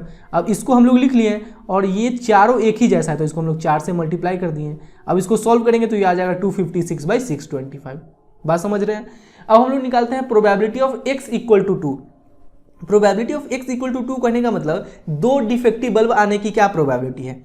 तो हो सकता है कि लगातार 2 डिफेक्टिव बल्ब आया हो एंड लगातार 2 नॉन डिफेक्टिव बल्ब आया हो, या हो सकता है कि पहले डिफेक्टिव आया हो, बाद में नॉन डिफेक्टिव आया हो, फिर डिफेक्टिव आया हो, फिर बाद में नॉन डिफेक्टिव आया हो, या हो सकता है कि पहले डिफेक्टिव आया हो, फिर 2 नॉन डिफेक्टिव आया हो, फिर एक डिफेक्टिव आ गया हो, या हो सकता है कि पहले 2 लगातार नॉन डिफेक्टिव आया हो, फिर 2 लगातार डिफेक्टिव आ गया हो, या हो सकता है कि पहले नॉन डिफेक्टिव आया हो, फिर डिफेक्टिव आया हो, फिर नॉन डिफेक्टिव आया हो, फिर डिफेक्टिव आया हो, या ऐसा भी हो सकता है कि पहले नॉन डिफेक्टिव आया हो, फिर लगातार 2 डिफेक्टिव आ गया हो, या फिर नॉन डिफेक्टिव आया हो। ठीक है, इसके अलावा तो और कोई केस पॉसिबल नहीं है। अब देखिए यहाँ पे डिफेक्टिव का क्या प्रोबेबिलिटी है, डिफेक्टिव का प्रोबेबिलिटी है ना 1/5। देखिए यहाँ पे 6/30 को सॉल्व किया तो 1/5 आ गया ना, तो डिफेक्टिव का प्रोबेबिलिटी है 1/5, डिफेक्टिव का 1/5। नॉन डिफेक्टिव का क्या है 24/30, तो 24/30 को हम लोग कैंसिल करके 4/5 लिख लिए, फिर नॉन डिफेक्टिव का 4/5। अब इसी चीज को 6 टाइम लिख कर ऐड करने से अच्छा है कि हम लोग 6 से मल्टीप्लाई कर देते हैं। जैसे कि आप लोग 2 + 2 + 2 लिखिए या 2 × 3 लिखिए, बात तो एक ही है ना। तो इसी चीज को 6 टाइम लिख कर ऐड कीजिए या 6 से मल्टीप्लाई कर दीजिए, बात एक ही है। अब इन सब को मल्टीप्लाई करेंगे तो ये आ जाएगा 96/625। ठीक है, अब यहाँ पे हम लोग निकालते हैं probability of x equal to 3। Probability of x equal to 3 यानी कि 3 डिफेक्टिव बल्ब आने की क्या प्रोबेबिलिटी है। तो देखिए हो सकता है कि लगातार 3 डिफेक्टिव बल्ब आया हो, एक नॉन डिफेक्टिव बल्ब आ गया हो, या हो सकता है कि 2 डिफेक्टिव बल्ब आया हो, एक नॉन डिफेक्टिव बल्ब आया हो, फिर एक डिफेक्टिव बल्ब आ गया हो, या हो सकता है कि पहले डिफेक्टिव आया हो, बाद में नॉन डिफेक्टिव आया हो, फिर 2 डिफेक्टिव आ गया हो, या हो सकता है कि पहले नॉन डिफेक्टिव आया हो, फिर लगातार 3 डिफेक्टिव बल्ब आया हो। ठीक है, यही 4 केस पॉसिबल है। अब देखिए डिफेक्टिव बल्ब आने की क्या प्रोबेबिलिटी है 1/5 है ना। यहाँ पे देखिए 6/30 यानी कि 1/5। ठीक है, फिर डिफेक्टिव बल्ब आने की प्रोबेबिलिटी 1/5, डिफेक्टिव बल्ब आने की probability 1/5 and non defective bulb आने की प्रोबेबिलिटी क्या है 24/30 यानी कि 4/5। ठीक है, अब देखिए इसी चीज को यहाँ पे 4 टाइम लिखकर ऐड करने से अच्छा है कि 4 से मल्टीप्लाई कर दीजिए यहाँ पे। ठीक है, अब इन सब को मल्टीप्लाई करेंगे तो ये आ जाएगा 16/625। क्लियर है। अब हम लोग निकालते हैं probability of x equal to 4। Probability of x equal to 4 कहने का मतलब 4 डिफेक्टिव बल्ब आने की क्या प्रोबेबिलिटी है। तो देखिए एक डिफेक्टिव बल्ब आने की प्रोबेबिलिटी है 1/5। अब यहाँ पे 4 डिफेक्टिव बल्ब है तो 1/5 × 1/5 × 1/5 × 1/5 इन सबको मल्टीप्लाई कीजिएगा तो ये आ जाएगा 1/625। ठीक है, अब यहाँ पे लिख लीजिए therefore the probability distribution of x is, यहाँ पे लिख लीजिएगा x, यहाँ पे px। अब x का पॉसिबल वैल्यू क्या क्या था 0 1 2 3 4। अब देखिए probability of x equal to 0 क्या है, probability of x equal to 0 है 256/625, तो यहाँ पे लिख लेंगे 256/625। Probability of x equal to 1 क्या है, probability of x equal to 1 है 256/625, तो यहाँ पे लिख लेंगे 256/625। Probability of x equal to 2 क्या है 96/625, तो यहाँ पे लिख लेंगे 96/625। Probability of x equal to 3 है 16/625 and probability of x equal to 4 है 1/625। यही अपने लोग का आंसर है। ठीक है, अगर चेक करना हो तो कैसे चेक करेंगे, इन सब को ऐड करके देख लेंगे कि ये 1 के इक्वल आ रहा है कि नहीं। 1 के इक्वल आएगा तो सही है। ठीक है, क्वेश्चन नंबर 7 में बोला जा रहा है a coin is biased so that the head is 3 times as likely to occur as tail. If the coin is tossed twice find the probability distribution of number of tails. यहाँ पे number of tails का probability distribution निकालना है, तो हम लोग लिख लेंगे let X be the random variables representing the number of tails. अब एक बात बताइए, अगर एक सिक्के को 2 बार उछाला जाए तो हो सकता है कि 0 बार टेल आए, यानी कि दोनों बार हेड ही आ जाए, या हो सकता है कि 1 बार टेल आए, या हो सकता है कि 2 बार टेल आए। तो ये x का पॉसिबल वैल्यू हो गया। ठीक है, अब यहाँ पे बोला जा रहा है a coin is biased so that the head is 3 times as likely to occur as tail, यानी कि हेड आने का जो प्रोबेबिलिटी है वो टेल आने के प्रोबेबिलिटी का 3 गुना है। जैसे कि अनबायस्ड कॉइन में हेड एंड टेल दोनों आने का इक्वल प्रोबेबिलिटी होता है, जैसे हेड आने का भी प्रोबेबिलिटी 1/2 होता है, टेल आने का भी प्रोबेबिलिटी 1/2 होता है अनबायस्ड कॉइन में। लेकिन यहाँ पे ये बायस्ड है, इसमें हेड आने का प्रोबेबिलिटी टेल आने के प्रोबेबिलिटी का 3 गुना है। तो यहाँ पे हम लोग लिख लेंगे according to question probability of tail equal to x, probability of head equal to 3x। अब देखिए, आपको पता होना चाहिए कि हेड एंड टेल आने के प्रोबेबिलिटी का सम 1 के इक्वल होता है। तो यहाँ पे लिखेंगे probability of head plus probability of tail equal to 1, x plus 3x। यहाँ पे लिखेंगे ना प्रोबेबिलिटी ऑफ हेड क्या है, सॉरी उल्टा मैंने लिख दिया, यहाँ पे लिख लीजिए प्रोबेबिलिटी ऑफ हेड क्या है 3x plus probability of head क्या है x है, तो यहाँ पे लिख लीजिए 3x plus x equal to 1, तो 4x इक्वल टू 1, तो x इक्वल टू क्या आ गया 1/4। अब x का वैल्यू 1/4 आ गया, यानी कि प्रोबेबिलिटी ऑफ टेल क्या आ गया 1/4 एंड प्रोबेबिलिटी ऑफ हेड क्या आ गया 3 × 1/4 यानी कि 3/4। ठीक है, अब देखिए, अब यहाँ पे हम लोग इन सारे रैंडम वेरिएबल्स का प्रोबेबिलिटीज निकालते हैं। प्रोबेबिलिटी ऑफ 0 यानी कि एक भी बार टेल ना आने की क्या प्रोबेबिलिटी है, एक भी बार टेल नहीं आया होगा, यानी कि दोनों बार हेड ही आया होगा। तो दोनों बार हेड आने की क्या प्रोबेबिलिटी हो जाएगी, देखिए हेड आने की प्रोबेबिलिटी है 3/4 इंटू फिर से हेड आने की प्रोबेबिलिटी 3/4, इसको मल्टीप्लाई करेंगे ये आ जाएगा 9/16। अब हम लोग निकालते हैं probability of x equal to 1। x equal to 1 यानी कि एक बार टेल आने की क्या प्रोबेबिलिटी है, तो हो सकता है कि पहले हेड आया हो बाद में टेल आया हो, या हो सकता है कि पहले टेल आया हो बाद में हेड आया हो। ठीक है, अब देखिए हेड आने की क्या प्रोबेबिलिटी है 3/4 इंटू टेल आने की क्या प्रोबेबिलिटी है 1/4, तो 1/4 प्लस टेल आने की क्या प्रोबेबिलिटी है 1/4 इंटू हेड आने की क्या प्रोबेबिलिटी है 3/4। इसको सॉल्व कीजिएगा तो ये आ जाएगा 3/8। ठीक है, अब हम लोग निकालते हैं probability of x equal to 2, यानी कि दोनों बार टेल आने की क्या प्रोबेबिलिटी है। तो देखिए यहाँ पे टेल आने की क्या प्रोबेबिलिटी है 1/4, तो 1/4 इंटू टेल आने की क्या प्रोबेबिलिटी है 1/4, इस दोनों को मल्टीप्लाई करेंगे तो 1/16 आ जाएगा। ठीक है, अब हम लोग प्रोबेबिलिटी डिस्ट्रीब्यूशन बना लेंगे, यहाँ पे लिख लेंगे x, यहाँ पे लिख लेंगे px। अब x का जो पॉसिबल वैल्यू है 0, 1, 2 यहाँ पे हम लोग लिख लेंगे। अब देखिए probability of x equal to 0 क्या है 9/16, probability of x equal to 1 क्या है 3/8, probability of x equal to 2 क्या है 1/16। यही अपने लोग का प्रोबेबिलिटी डिस्ट्रीब्यूशन हो गया। ठीक है ना। क्वेश्चन नंबर 8 में प्रोबेबिलिटी डिस्ट्रीब्यूशन दिया गया है एंड अपने लोग को k का वैल्यू निकालना है। देखिए यहाँ पे जितने भी रैंडम वेरिएबल्स का प्रोबेबिलिटीज दिया गया है इन सब को ऐड करके 1 के इक्वल कर लेंगे, क्योंकि रैंडम वेरिएबल्स की प्रोबेबिलिटीज का सम 1 के इक्वल होता है, तो इन सब को ऐड करके हम लोग 1 के इक्वल कर लेंगे। अब देखिए यहाँ पे क्या हो जाएगा k² plus 2k² plus 7k², ये हो जाएगा 10k², k प्लस 2 के 3k, 3k प्लस 2 के 5k, 5k plus 3k 8k, 8k plus के 9k। ठीक है, अब इस 1 को हम लोग इधर शिफ्ट कर लेंगे तो ये हो जाएगा -1 इक्वल टू 0। अब ये क्वाड्रेटिक इक्वेशन के फॉर्म में आ गया, इसको कैसे सॉल्व करेंगे फैक्टराइज करके। बीच वाले को क्या लिख लेंगे हम लोग 10k माइनस के 9k हो जाएगा -1 इक्वल टू 0। अब देखिए यहाँ से अगर 10k कॉमन लेते हैं तो ये क्या हो जाएगा, ये हो जाएगा k प्लस 1। अब यहाँ से -1 कॉमन लेते हैं तो ये हो जाएगा k प्लस 1 इक्वल टू 0। अब यहाँ पे देखिए k plus 1 into 10k minus 1 हो जाएगा, 10k माइनस 1 इक्वल टू 0। यहाँ से अगर k का वैल्यू निकालते हैं तो k का 2 वैल्यू आएगा, एक -1 आ जाएगा एंड एक 1/10 आ जाएगा। अब देखिए यहाँ पे k जो है ये प्रोबेबिलिटी को इंडिकेट कर रहा है, तो प्रोबेबिलिटी का वैल्यू तो कभी भी निगेटिव नहीं हो सकता है। यहाँ पे k जो है ये -1 के इक्वल कभी भी नहीं हो सकता है, तो लिखिए देयरफॉर k इक्वल टू 1/10। ठीक है, अब इसके सेकेंड में बोला जा रहा है probability of x smaller than 3, यानी कि 3 से छोटा जितना भी रैंडम वेरिएबल्स हैं इन सारे रैंडम वेरिएबल्स का प्रोबेबिलिटीज निकालिए। तो 3 से छोटा रैंडम वेरिएबल क्या क्या है 0, 1, 2, तो यहाँ पे लिखिए probability of x smaller than 3 equal to probability of 0 plus probability of 1 plus probability of 2।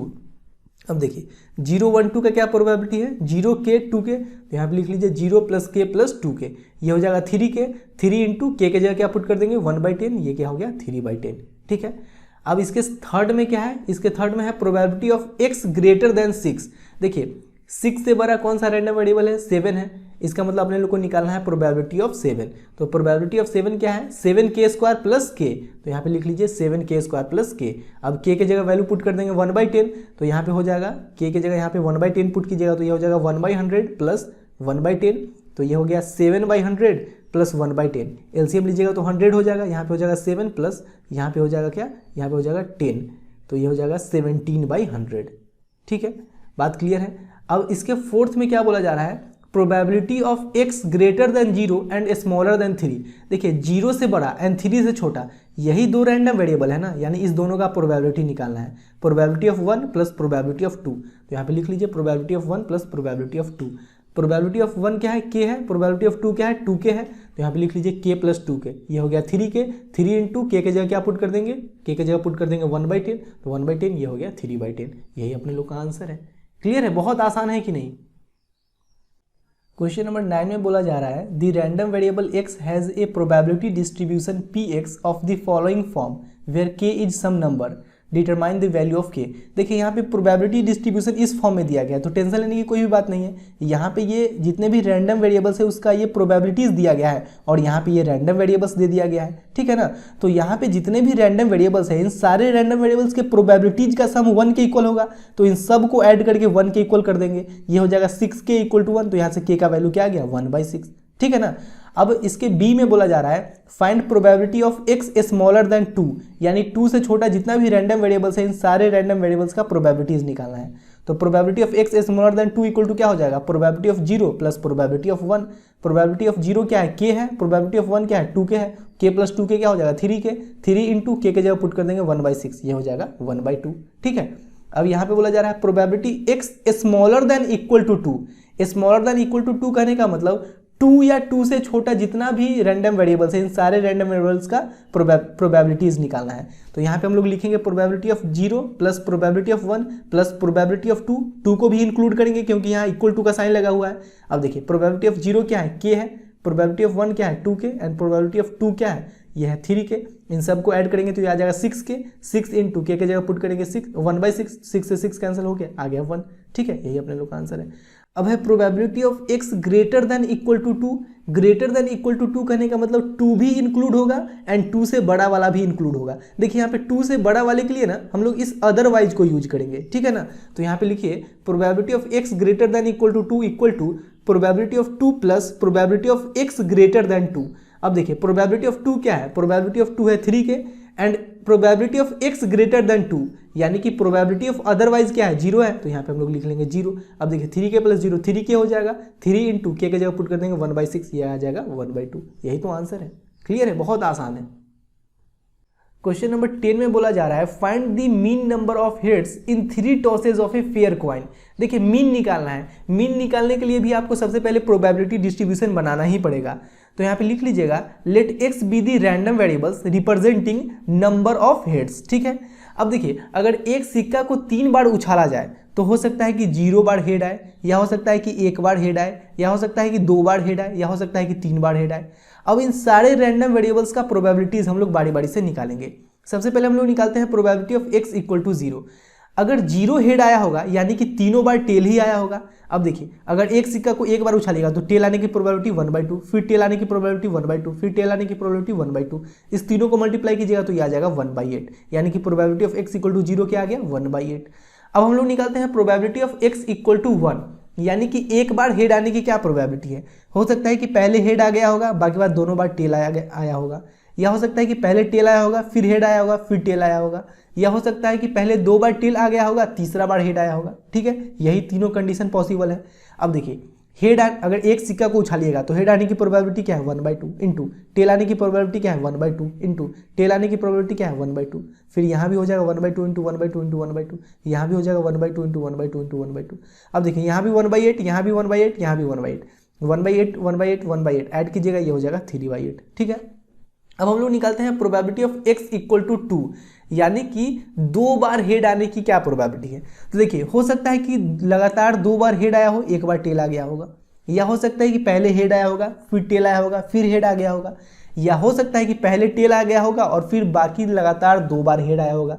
ठीक है, अब देखिए प्रोबेबिलिटी ऑफ HHT क्या हो जाएगा 1/2 इंटू 1/2 इंटू 1/2 1/8, यहाँ भी हो जाएगा 1/8, यहाँ भी हो जाएगा 1/8, इस तीनों को ऐड करेंगे ये हो जाएगा 3/8। अब हम लोग निकालते हैं probability of x equal to 3, यानी 3 बार हेड आने की क्या प्रोबेबिलिटी है। तो देखिए ये हो जाएगा 1/2 इंटू 1/2 इंटू 1/2 यानी कि 1/8। अब हम लोग प्रोबेबिलिटी डिस्ट्रीब्यूशन बना लेंगे। ठीक है, तो यहाँ पे लिख लीजिएगा x यानी रैंडम वेरिएबल्स का जो भी वैल्यू है वो लिख लीजिएगा, यानी इन सारे रैंडम वेरिएबल्स का जो भी प्रोबेबिलिटी है उसको यहाँ पे लिख लीजिएगा। अब मीन हम लोग कैसे निकालते हैं, मीन को हम लोग म्यू से डिनोट करते हैं, या आप ऐसे भी डिनोट कर सकते हो EX से भी डिनोट कर सकते हैं इसको हम लोग। ठीक है, ऐसे ये भी मीन को ही डिनोट कर रहा है। ठीक है, अब देखिए 0 को 1/8 से मल्टीप्लाई करेंगे, प्लस 1 को 3/8 से मल्टीप्लाई करेंगे तो ये हो जाएगा 3/8, प्लस 2 को 3/8 से मल्टीप्लाई करेंगे तो ये हो जाएगा 6/8, प्लस 3 को 1/8 से मल्टीप्लाई करेंगे तो ये हो जाएगा 3/8। अब एलसीएम लेंगे तो ये हो जाएगा 8। अब देखिए 3 + 6 9, 9 + 3 12, 12/8 कैंसिल करेंगे ये हो जाएगा 3/2 यानी कि 1/5। यही अपने लोग का मीन हो गया। क्लियर है, बहुत आसान है। क्वेश्चन नंबर 11 में बोला जा रहा है 2 dice are thrown simultaneously. If x denotes the number of sixes, find the expectation of x. देखिए एक्सपेक्टेशन मीन को ही बोला जाता है, तो मीन निकालने के लिए तो प्रोबेबिलिटी डिस्ट्रीब्यूशन भी निकालना जरूरी है। तो चलिए सबसे पहले हम लोग प्रोबेबिलिटी डिस्ट्रीब्यूशन निकाल लेते हैं। यहाँ पे लिख लीजिए let x be the random variables representing number of sixes. यहाँ पे x जो है ये नंबर ऑफ सिक्सेज को डिनोट कर रहा है। अब एक बात बताइए, अगर 2 डाइस को फेंका जाए तो हो सकता है कि 0 6 आए, यानी कि दोनों डाई में से किसी भी डाई पे 6 ना आए, या हो सकता है कि दोनों डाई में से किसी एक डाई पे 6 आए, या हो सकता है कि दोनों डाई पे 6 आए। तो यहाँ पे x का पॉसिबल वैल्यू क्या क्या आ गया 0 1 2। अब इन सारे रैंडम वेरिएबल्स का प्रोबेबिलिटीज हम लोग निकालेंगे बारी बारी से। सबसे पहले हम लोग निकालते हैं probability of x equal to 0। Probability of x equal to 0 कहने का मतलब दोनों डाई में से किसी भी डाई पे 6 ना आया होगा। अब एक बात बताइए, दोनों डाई में से किसी भी डाई पे 6 नहीं आया होगा, यानी कि दोनों डाई पे 6 से छोटा नंबर आया होगा, तो यहाँ पे लिख लेंगे probability of getting a number smaller than 6 into probability of getting a number smaller than 6। अगर एक डाई को फेंकते हैं तो 6 से छोटा नंबर आने की क्या प्रोबेबिलिटी है 5/6। ठीक है, फिर एक डाई को फेंकते हैं तो 6 से छोटा नंबर आने की प्रोबेबिलिटी क्या है 5/6, यानी कि दोनों डाई पे 6 से छोटा नंबर आने की प्रोबेबिलिटी क्या हो जाएगी 5/6 इंटू 5/6, यहाँ पे लिख लीजिएगा 25/6। ठीक है, अब हम लोग निकालते हैं probability of x equal to 1। x equal to 1 कहने का मतलब किसी एक डाई पे 6 आया हो, इस बात की क्या प्रोबेबिलिटी है। तो देखिए किसी एक डाई पे 6 आया हो, यानी कि हो सकता है कि इस पे 6 आया हो और इस पे 6 से छोटा आया हो, या ऐसा भी तो हो सकता है कि इस पे 6 से छोटा आया हो और इस पे 6 आ गया हो। तो यहाँ पे लिख लीजिए probability of n equal to 6 into probability of n smaller than 6, यानी कि पहले 6 आया हो और बाद में 6 से छोटा आया हो, या हो सकता है कि पहले 6 से छोटा आया हो और बाद में 6 आ गया हो। ठीक है ना। अब यहाँ पे देखिए 6 आने की क्या प्रोबेबिलिटी हो जाएगी 1/6, 6 आने की प्रोबेबिलिटी 1/6 इंटू 6 से छोटा आने की प्रोबेबिलिटी 5/6, प्लस और की जगह प्लस लिख लेंगे 6 से छोटा आने की प्रोबेबिलिटी 5/6 इंटू 6 आने की प्रोबेबिलिटी 1/6। अब इस दोनों को मल्टीप्लाई करके ऐड कीजिएगा तो ये आ जाएगा 5/18। ठीक है, अब हम लोग निकालते हैं probability of x equal to 2। x equal to 2 करने का मतलब दोनों डाइस पे 6 आया हो, इस बात की क्या प्रोबेबिलिटी है। तो दोनों डाई पे 6 आया हो, इस बात की प्रोबेबिलिटी हो जाएगी 1/6 इंटू 1/6, यानी कि 1/36। अब यहाँ पे हम लोग प्रोबेबिलिटी डिस्ट्रीब्यूशन बना लेंगे 0 1 2। 0 का प्रोबेबिलिटी है 25/36, 1 का प्रोबेबिलिटी है 5/18 एंड 2 का प्रोबेबिलिटी क्या है 2 का प्रोबेबिलिटी है 1/36। ठीक है, अब एक्सपेक्टेशन ऑफ x कैसे निकालते हैं, इसको इससे मल्टीप्लाई करेंगे, प्लस 1 को 5/18 से मल्टीप्लाई करेंगे तो यहाँ पे क्या हो जाएगा 5/18 ही होगा। 0 को अगर इससे मल्टीप्लाई करेंगे तो 0 हो जाएगा, 1 को इससे मल्टीप्लाई करेंगे तो 5/18 हो जाएगा, 2 को इससे मल्टीप्लाई करेंगे तो 2/36 हो जाएगा। यहाँ पे एलसीएम लेंगे तो 36 हो जाएगा, 18 2 जा 36, 5 2 जा 10। अब यहाँ पे हो जाएगा 2 10 + 2 12, 12/36 यानी कि 1/3। यही तो आंसर है अपने लोग का। क्लियर है, बहुत आसान है। क्वेश्चन नंबर 12 में बोला जा रहा है 2 numbers are selected at random without replacement from the first 6 positive integers. Let x denote the larger of the 2 numbers obtained. Find EX. EX यानी कि मीन। देखिए यहाँ भी मीन निकालना है, तो मीन निकालने के लिए तो प्रोबेबिलिटी डिस्ट्रीब्यूशन निकालना ही पड़ेगा। क्वेश्चन में बोला जा रहा है कि फर्स्ट 6 पॉजिटिव इंटीजर्स में से 2 नंबर रैंडमली सिलेक्ट किया जाता है। First 6 positive integer 1 2 3 4 5 6। अब इसमें से कोई भी 2 नंबर रैंडमली सिलेक्ट किया जाता है, जैसे कि अगर 1 3 सिलेक्ट किया जाता है तो देखिए इस दोनों में बड़ा क्या है, इस दोनों में बड़ा है 3, यानी यहाँ पे x का वैल्यू 3 होगा, क्योंकि यहाँ पे देखिए यहाँ पे लिखा गया है x denote the larger of the two numbers, यानी इस दोनों में जो बड़ा होगा वही x का वैल्यू होगा। जैसे अगर यहाँ पे हम लोग 2 और 4 को सिलेक्ट करते हैं तो इस दोनों में बड़ा क्या है 4, तो x का वैल्यू 4 हो जाएगा। अगर 1 5 को सिलेक्ट करते हैं तो इस दोनों में बड़ा क्या है 5, तो x का वैल्यू हो जाएगा 5। अब एक बात बताइए, इसमें से कोई भी 2 नंबर सिलेक्ट कीजिएगा उसमें 1 कभी भी बड़ा नहीं होगा। जैसे कि अगर 1 4 सिलेक्ट करते हैं तो यहाँ पे 4 बड़ा होगा, अगर 2 5 सिलेक्ट करते हैं तो यहाँ पे 5 बड़ा होगा, यानी 1 कभी भी बड़ा नहीं हो सकता है।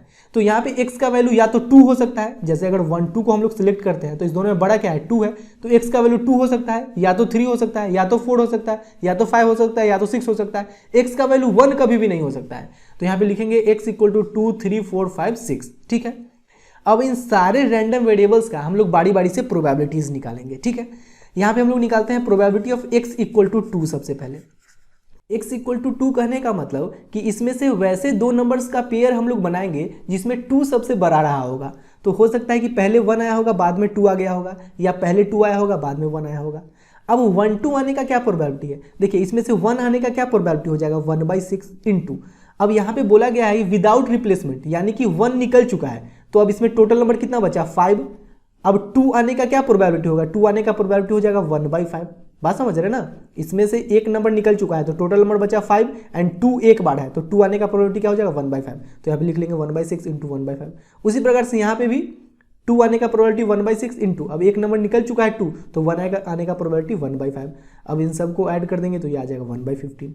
क्लियर है ना बात। अब यहाँ पे हम लोग निकालते हैं probability of x equal to 3। Probability of x equal to 3 कहने का मतलब कि 1 से लेकर 6 तक के बीच में वैसे 2 नंबर को सिलेक्ट करना जिसमें 3 सबसे बड़ा रहा होगा, ठीक है।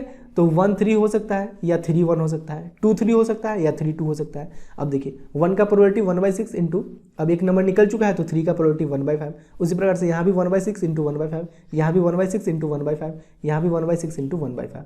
अब इन सब को सॉल्व करके ऐड करेंगे तो ये आ जाएगा 4/30। देखिए यहाँ भी 1/30 1/30 1/30 1/30, तो ये हो जाएगा 4/30 4/30 यानी कि 2/15। अब हम लोग निकालते हैं probability of x equal to 4। Probability of x equal to 4 करने का मतलब 1 से लेकर 6 तक के बीच में वैसे 2 नंबर का पेयर बनाना जिसमें 4 सबसे बड़ा रहा होगा। तो हो सकता है पहले 1 आया होगा बाद में 4 आया होगा, या पहले 4 आया होगा बाद में 1 आया होगा, या हो सकता है पहले 2 आया होगा बाद में 4 आया होगा, या पहले 4 आया होगा बाद में 2 आया होगा। हो सकता है पहले 3 आया होगा बाद में 4 आया होगा, या पहले 4 आया होगा बाद में 3 आया होगा। देखिए इन सारे पेयर में 4 सबसे बड़ा है ना। अब देखिए 1 आने की क्या प्रोबेबिलिटी हो जाएगी 1/6। अब एक नंबर निकल चुका है तो 4 आने की प्रोबेबिलिटी क्या हो जाएगी 1/5। उसी प्रकार से यहाँ पे भी 1/6 इंटू 1/5 ऐसे करके लिख लेंगे।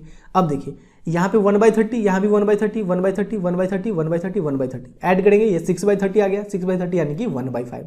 क्लियर है बात। अब देखिए अब हम लोग निकालते हैं probability of x equal to 5।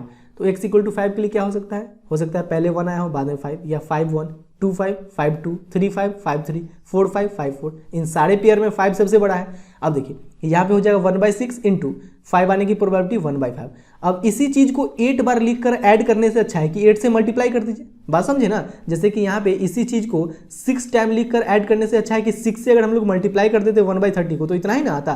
तो यहाँ पे देखिए 1/6 इंटू 1/5 को 8 से मल्टीप्लाई कर दीजिए, तो 8 से मल्टीप्लाई करेंगे तो ये हो जाएगा 8/30, कैंसिल करेंगे तो ये हो जाएगा 2 4 8 2 15 30, 4/15 आ गया, ठीक है।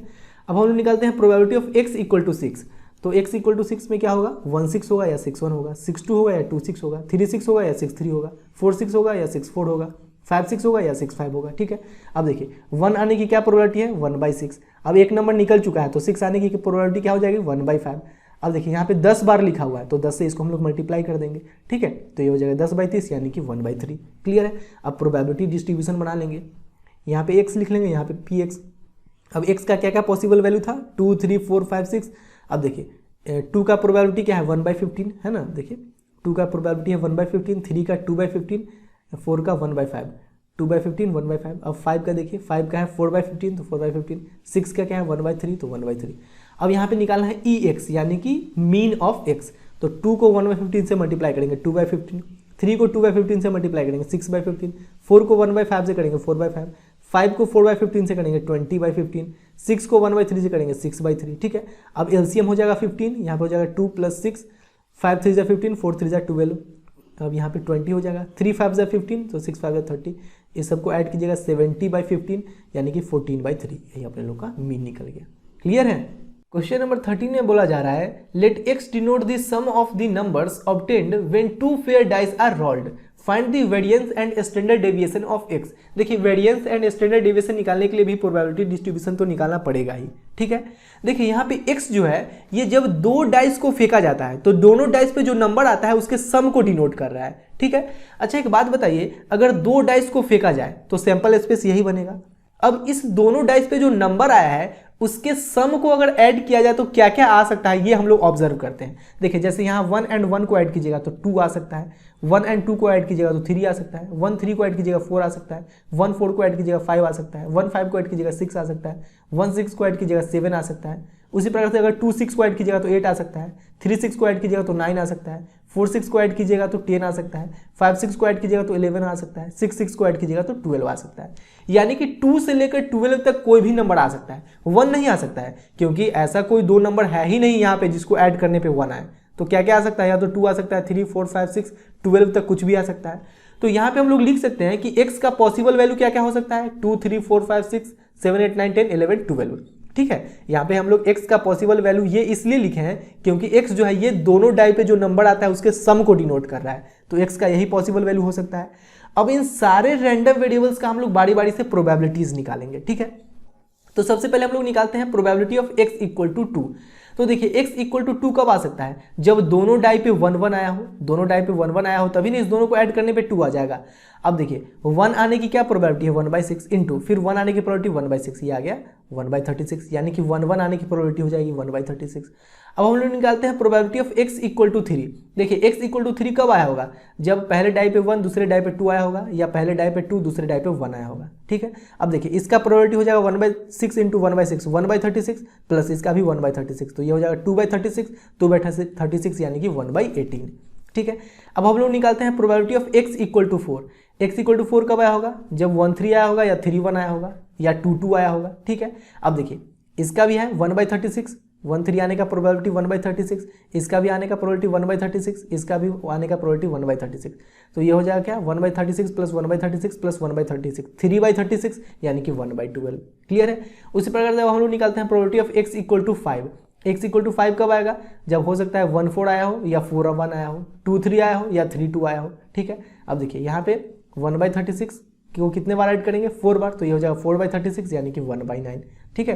अब हम लोग निकालते हैं probability of x equal to 6। x equal to 6 कब आएगा, जब इस दोनों डाई पे जो नंबर आया होगा उसको ऐड करने पे 6 आए, तो हो सकता है या तो 1 5 आया हो, या 5 1 आया हो, 2 4 आया हो, या 4 2 आया हो, या 3 3 आया हो। अब देखिए इन सब का प्रोबेबिलिटी है 1/36, तो 1/36 को 5 बार ऐड करेंगे तो ये हो जाएगा 5/36, ठीक है। अब हम लोग निकालते हैं probability of x equal to 6। x equal to 6 कब आएगा, जब या तो 1 6 आया हो, 6 1 आया हो, 2 5 आया हो, या 5 2 आया हो, 4 3 आया हो, या 3 4 आया हो। अब इन सब का प्रोबेबिलिटी है अलग अलग अगर निकालते हैं तो ये आ जाएगा 1/36, तो 1/36 को 6 बार ऐड करेंगे तो ये हो जाएगा 6/36 यानी कि 1/6, ठीक है। अब हम लोग निकालते हैं probability of x equal to 8। x equal to 8 कब आएगा, जब या तो 2 6 आया हो, या 6 2 आया हो, 3 5 आया हो, या 5 3 आया हो, या तो 4 4 आया हो, ठीक है। अब इन सब का अलग अलग प्रोबेबिलिटी अगर निकालिएगा तो ये आ जाएगा 1/36, तो 1/36 को 5 बार ऐड कीजिएगा तो ये क्या आ जाएगा 5/36, ठीक है। अब देखिए अब हम लोग निकालते हैं probability of x equal to 9। x equal to 9 कब आया होगा, जब या तो 3 6 आया हो, या 6 3 आया हो, 4 5 आया हो, या 5 4 आया हो। अब देखिए इसका भी 1/36, इसका भी 1/36, इसका भी 1/36, इसका भी 1/36, तो ये क्या हो जाएगा 4/36 यानी कि 1/9।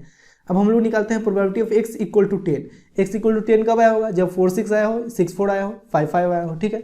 अब देखिए 1/36 1/36 1/36, ये हो जाएगा 3/36 यानी कि 1/12। अब यहाँ पे probability of x equal to 11 निकालते हैं। x इक्वल टू 11 कब आया होगा, जब 5 6 आया होगा, या 6 5 आया होगा। अब देखिए 1/36 को 2 बार ऐड करेंगे तो हो जाएगा 2/36 यानी कि 1/18। अब लास्ट है probability of x equal to 12। x equal to 12 कब आया होगा, जब दोनों डाई पे 6 आया होगा, तभी ना दोनों को ऐड करने पे 12 आ जाएगा, तो दोनों डाई पे 6 आने का प्रोबेबिलिटी क्या हो जाएगा 1/6 इंटू 1/6 यानी कि 1/36, ठीक है। अब यहाँ पे हम लोग प्रोबेबिलिटी डिस्ट्रीब्यूशन बना लेंगे। अब अपने लोग को निकालना क्या है, अपने लोग को निकालना है यहाँ पे देखिए find the variance and standard deviation of x। तो देखिए वेरिएंस निकालने के लिए मीन निकालना जरूरी है, तो सबसे पहले हम लोग मीन निकाल लेंगे, तो ये हो जाएगा 2 into 1/36 plus 3 into 1/18 plus 4 into 1/12 plus 5 into 1/9, उसी प्रकार से करके यहाँ पे लिख लीजिएगा 12/1/36। ठीक है, अब इस सब को सॉल्व कीजिएगा तो ये आ जाएगा 7। इन सब को सॉल्व कीजिएगा तो ये क्या आ जाएगा 7 आ जाएगा। अब वेरिएंस ऑफ x का फॉर्मूला होता है EX² माइनस EX का होल स्क्वायर। तो देखिए EX तो पता चल गया है 7, तो 7 का स्क्वायर 49 यहाँ पे हो जाएगा, लेकिन EX² कैसे निकालेंगे? देखिए EX² कैसे निकाला जाता है, 2 का स्क्वायर 4, 4 इंटू 1/36, 4 इंटू 1/36, 3 का स्क्वायर 9, 9 इंटू 1/18, 9 इंटू 1/18 प्लस 4 का स्क्वायर 16, 16 इंटू 1/12, 16 इंटू 1/12। उसी प्रकार से यहाँ पे 5 का स्क्वायर 25, 25 इंटू 1/9, उसी प्रकार से यहाँ पे लिख लीजिएगा यहाँ तक। 12 का स्क्वायर 144 इंटू 1/36, उसी प्रकार से यहाँ पे लिख लीजिएगा। अब इन सब को ऐड कीजिएगा तो ये आ जाएगा 329/6। EX² इक्वल टू क्या आ गया 329/6। अब हम लोग निकाल लेंगे वेरिएंस ऑफ x, तो ये हो जाएगा EX² माइनस EX का होल स्क्वायर। तो देखिए EX² क्या है 329/6 माइनस EX के जगह यहाँ पे रखिएगा 7, तो 7 का स्क्वायर 49, एलसीएम हो जाएगा 6, यहाँ पे हो जाएगा 329 माइनस 6 से 49 को मल्टीप्लाई कीजिएगा तो ये हो जाएगा 294, 294, तो यहाँ 329 माइनस 294 ये हो जाएगा 35/6, 35/6 यानी कि 5.833। ठीक है, अब स्टैंडर्ड डेविएशन क्या होता है root under variance of x, तो यहाँ पे इक्वल टू क्या हो जाएगा root under variance of x क्या है 5.833, यही अपने लोग का आंसर है। ये स्टैंडर्ड डेविएशन हो गया, ये वेरिएंस हो गया। क्लियर। क्वेश्चन नंबर 14 में बोला जा रहा है a class has 15 students whose ages are 14, 17, 15, 14, 21, 17, 19, 20, 16, 18, 20, 17, 16, 19 and 20 years. One student is selected in such a manner that each has the same chance of being chosen and the age x of the selected student is recorded. What is the probability distribution of the random variable x? Find mean, variance and standard deviation of x. देखिए यहाँ पे x जो है ये student के as को denote कर रहा है, तो यहाँ पे लिख लीजिएगा let x denotes the age of the student. अब यहाँ पे टोटल 14 से लेकर 21 ईयर्स तक का स्टूडेंट है। ठीक है, तो x का वैल्यू क्या हो सकता है 14 हो सकता है, 15, 16, 17, 18, 19, 20, 21। अब इन सारे रैंडम वेरिएबल्स का हम लोग बारी बारी से प्रोबेबिलिटी निकालेंगे, यानी कि हम लोग यहाँ पे सबसे पहले निकालते हैं प्रोबेबिलिटी ऑफ 14। प्रोबेबिलिटी ऑफ 14 कहने का मतलब कि जब 15 स्टूडेंट में से एक स्टूडेंट को रैंडमली सिलेक्ट किया जाए तो क्या प्रोबेबिलिटी है कि उस स्टूडेंट की एज 14 ईयर्स रही होगी। ठीक है, तो देखिए यहाँ पे टोटल 15 स्टूडेंट है तो नीचे हम लोग 15 लिख लेंगे। अब 14 ईयर वाला टोटल कितना स्टूडेंट है 1, 2, 14 ईयर वाला टोटल 2 स्टूडेंट है, तो यहाँ पे हो जाएगा 2/15, यानी कि जब 15 स्टूडेंट में से एक स्टूडेंट को रैंडमली सिलेक्ट किया जाए तो 2/15 प्रोबेबिलिटी है कि उस स्टूडेंट की एज 14 ईयर्स रही होगी। ठीक है, उसी प्रकार से 15 का प्रोबेबिलिटी हम लोग निकालते हैं, नीचे हम लोग लिख लेंगे टोटल नंबर ऑफ स्टूडेंट यानी 15। अब 15 ईयर वाला कितना है 1 ही है तो 1/15। उसी प्रकार से 16 का निकालते हैं तो नीचे 15 लिख लेंगे। 16 ईयर्स वाला टोटल कितना स्टूडेंट है 1, 2 तो 2/15। अब यहाँ पे 15 लिख लेंगे। 17 ईयर्स वाला टोटल कितना है 1, 2, 3 तो 3/15। 18 ईयर्स वाला टोटल कितना है 1 ही है तो 1/15। 19 ईयर्स वाला टोटल कितना है 19 ईयर्स वाला 1, 2 तो 2/15। 20 ईयर्स वाला टोटल कितना है 20 ईयर्स वाला 1, 2, 3 तो 3/15। 21 ईयर्स वाला टोटल कितना है 1 है तो 1/15। ठीक है, ये प्रोबेबिलिटी डिस्ट्रीब्यूशन निकल गया। अब हम लोग निकालते हैं मीन। मीन कैसे निकालेंगे, इसको इसके साथ मल्टीप्लाई करेंगे तो 14 into 2/15 28/15, 15 into 1/15 15/15, 16 into 2/15 32/15, 17 into 3/15 51/15, 18 into 1/15 18/15, 19 into 2/15 38/15, 20 into 3/15 60/15, 21 into 1/15 21/15। LCM लेंगे तो हो जाएगा 15। अब इन सब को ऐड करेंगे तो ये हो जाएगा 263/15 यानी कि 17.53। ठीक है, अब अपने लोग को निकालना है वेरिएंस। तो देखिए वेरिएंस निकालने के लिए EX² निकालना तो जरूरी है, तो EX² कैसे निकालेंगे 14 का स्क्वायर इंटू 2/15, 15 का स्क्वायर इंटू 1/15, 16 का स्क्वायर इंटू 2/15, 17 का स्क्वायर इंटू 3/15, 18 का स्क्वायर इंटू 1/15, 19 का स्क्वायर इंटू 2/15, 20 का स्क्वायर इंटू 3/15 प्लस 21 का स्क्वायर इंटू 1/15। अब देखिए 1/15 सबसे कॉमन ले लीजिएगा तो यहाँ पे कुछ ऐसा आ जाएगा। ठीक है, देखिए 14 का स्क्वायर और उसको 14 का स्क्वायर जो होगा उसको 2 के साथ मल्टीप्लाई कीजिएगा तो आ जाएगा 392। 15 का स्क्वायर जो होगा उसको 1 के साथ मल्टीप्लाई कीजिएगा तो आ जाएगा 225। ठीक है ना, 1/15 सब में से कॉमन ली है और यहाँ पे सॉल्व करके हम लोग लिख लिए। अब इन सब को ऐड कीजिएगा तो ये आ जाएगा 4683। 4683 को 15 से डिवाइड कीजिएगा तो ये आ जाएगा 312.2। ठीक है, अब हम लोग निकाल लेते हैं वेरिएंस ऑफ एक्स। तो वेरिएंस ऑफ एक्स का क्या फॉर्मूला होता है, ई X square minus E X का whole square. E X square क्या है 312.2, तो 312.2 माइनस ई एक्स क्या आया है, ई एक्स आया है 17.53, तो 17.53 का होल स्क्वायर, ये हो जाएगा 312.2 माइनस इसका होल स्क्वायर कीजिएगा तो ये आ जाएगा 307.3009। ठीक है, अब इस दोनों को सब्ट्रैक्ट कीजिएगा तो ये आ जाएगा 4.78। ठीक है, अब स्टैंडर्ड डेविएशन निकाल लेते हैं। स्टैंडर्ड डेविएशन क्या होता है, root under variance of X. तो वेरिएंस ऑफ एक्स क्या है 4.78, 4.78 का रूट क्या हो जाएगा 2.19। यही अपने लोग का आंसर है। क्लियर है बात। कैलकुलेशन तो बस आप लोग को करना ही पड़ेगा, कैसे भी करके कैलकुलेशन तो करना ही पड़ेगा, बस आप लोग को प्रोसेस पता होना चाहिए क्वेश्चन कैसे सॉल्व करना है। कैलकुलेशन तो आप ही लोग को करना पड़ेगा। ठीक है, क्वेश्चन नंबर 15 में बोला जा रहा है, in a meeting 70% of the members favour and 30% oppose a certain proposal. A member is selected at random and we take x equal to 0 if he opposed and x equal to 1 if he is in favor. Find ex and variance of x। देखिए यहाँ पे x का दो value है 0 and 1। 0 कब होगा जब वो प्रपोजल को अपोज कर रहा है, एंड 1 कब होगा जब वो प्रपोजल के फेवर में है। तो यहाँ पे लिख लीजिए x इक्वल टू 0 1। अब इस दोनों रैंडम वेरिएबल का हम लोग बारी बारी से प्रोबेबिलिटी निकालेंगे। तो 0 का क्या प्रोबेबिलिटी है, 0 यानी कि वो प्रपोजल को अपोज कर रहा है, इस बात की क्या प्रोबेबिलिटी है, तो प्रपोजल को अपोज कर रहा है इस बात की प्रोबेबिलिटी है 30%। 30% यानी कि 30/100, 30/100 यानी कि 0.3। ठीक है, अब 1 का क्या प्रोबेबिलिटी है, 1 का प्रोबेबिलिटी यानी कि वो प्रपोजल के फेवर में है, इस बात की क्या प्रोबेबिलिटी है 70%। 70% यानी 70/100 यानी कि 0.7। अब हम लोग EX निकाल लेते हैं। EX कैसे निकालेंगे, इसको इसके साथ मल्टीप्लाई करेंगे प्लस 1 को 0.7 के साथ मल्टीप्लाई करेंगे, ये तो 0 होगा, 1 को 0.7 के साथ मल्टीप्लाई कीजिएगा तो 0.7 ही ना रहेगा। बहुत सारे बच्चे इसको 1.7 लिख देते हैं, बहुत सारे बच्चों को मैंने देखा है। 1 को 7 से मल्टीप्लाई कीजिएगा तो 7 आएगा, एक डिजिट बाद पॉइंट देना है तो यहाँ पे एक डिजिट बाद पॉइंट दे दीजिए 0.7 हो जाएगा। ठीक है, अब हम लोग वेरिएंस ऑफ एक्स निकालते हैं। वेरिएंस ऑफ एक्स का क्या फॉर्मूला है, ई X square minus E X का होल स्क्वायर। तो सबसे पहले ई एक्स स्क्वायर अपने लोग को निकालना पड़ेगा। ई एक्स स्क्वायर कैसे निकालेंगे, 0 का स्क्वायर इंटू 0.3 प्लस 1 का स्क्वायर इंटू 0.7, तो ये हो जाएगा 0.7। तो variance of X equal to क्या हो जाएगा, E X square minus E X का whole square. E X square की जगह लिख लेंगे 0.7 माइनस ई एक्स के जगह लिख लेंगे 0.7, तो 0.7 का होल स्क्वायर, तो ये हो जाएगा 0.7 माइनस 0.7 का होल स्क्वायर क्या हो जाएगा 0.49, ये आ जाएगा 0.21। यही अपने लोग का आंसर है। ठीक है, क्वेश्चन नंबर 16 में बोला जा रहा है, the mean of the numbers obtained on throwing a die having written 1 on 3 फेसेस, 2 on 2 faces and 5 on 1 face. यहाँ पे मीन अपने लोग को निकालना है। बोला जा रहा है कि एक डाई के 3 फेसेस पे 1 लिखा हुआ है, 2 फेसेस पे 2 लिखा हुआ है एंड 1 फेसेस पे 5 लिखा हुआ है। एक डाई पे टोटल 6 फेस होता है ना, तो उसके 3 फेसेस पे 1 लिखा हुआ है, 2 फेसेस पे 2 लिखा हुआ है एंड 1 फेसेस पे 5 लिखा हुआ है। इसका मतलब अगर इस डाई को फेंकिएगा तो या तो 1 आएगा, या तो 2 आएगा, या तो 5 आएगा। तो यहाँ पे लिख लीजिएगा x इक्वल टू 1 to 5। अब इन सारे रैंडम वेरिएबल्स का बारी बारी से हम लोग प्रोबेबिलिटीज निकालेंगे। यहाँ पे हम लोग निकालेंगे probability of x equal to 1, यानी कि अगर डाई को फेंकते हैं तो 1 आने की क्या प्रोबेबिलिटी है। तो देखिए टोटल यहाँ पे फेस तो 6 है, तो नीचे 6 लिख लेंगे, और 1 3 फेसेस पे लिखा हुआ है तो ऊपर 3 लिख लेंगे, 3/6 यानी कि 1/2। यानी कि अगर इस डाई को फेंकिएगा तो 1/2 प्रोबेबिलिटी है कि 1 आए। ठीक है, अब probability of x equal to 2 निकालते हैं। नीचे 6 लिख लेंगे, 2 फेसेस पे लिखा हो तो ऊपर 2 लिख लेंगे, तो ये हो जाएगा 2/6 यानी कि 1/3। ठीक है, अब हम लोग निकालते हैं probability of x equal to 5। नीचे लिख लीजिएगा 6, 5 1 फेस पे लिखा हुआ है तो ऊपर लिख लीजिएगा 1/6। अब यहाँ पे प्रोबेबिलिटी डिस्ट्रीब्यूशन बना लेंगे, x इक्वल टू 1 to 5, यहाँ पे लिख लीजिएगा 1/2, 1/3, 1/6।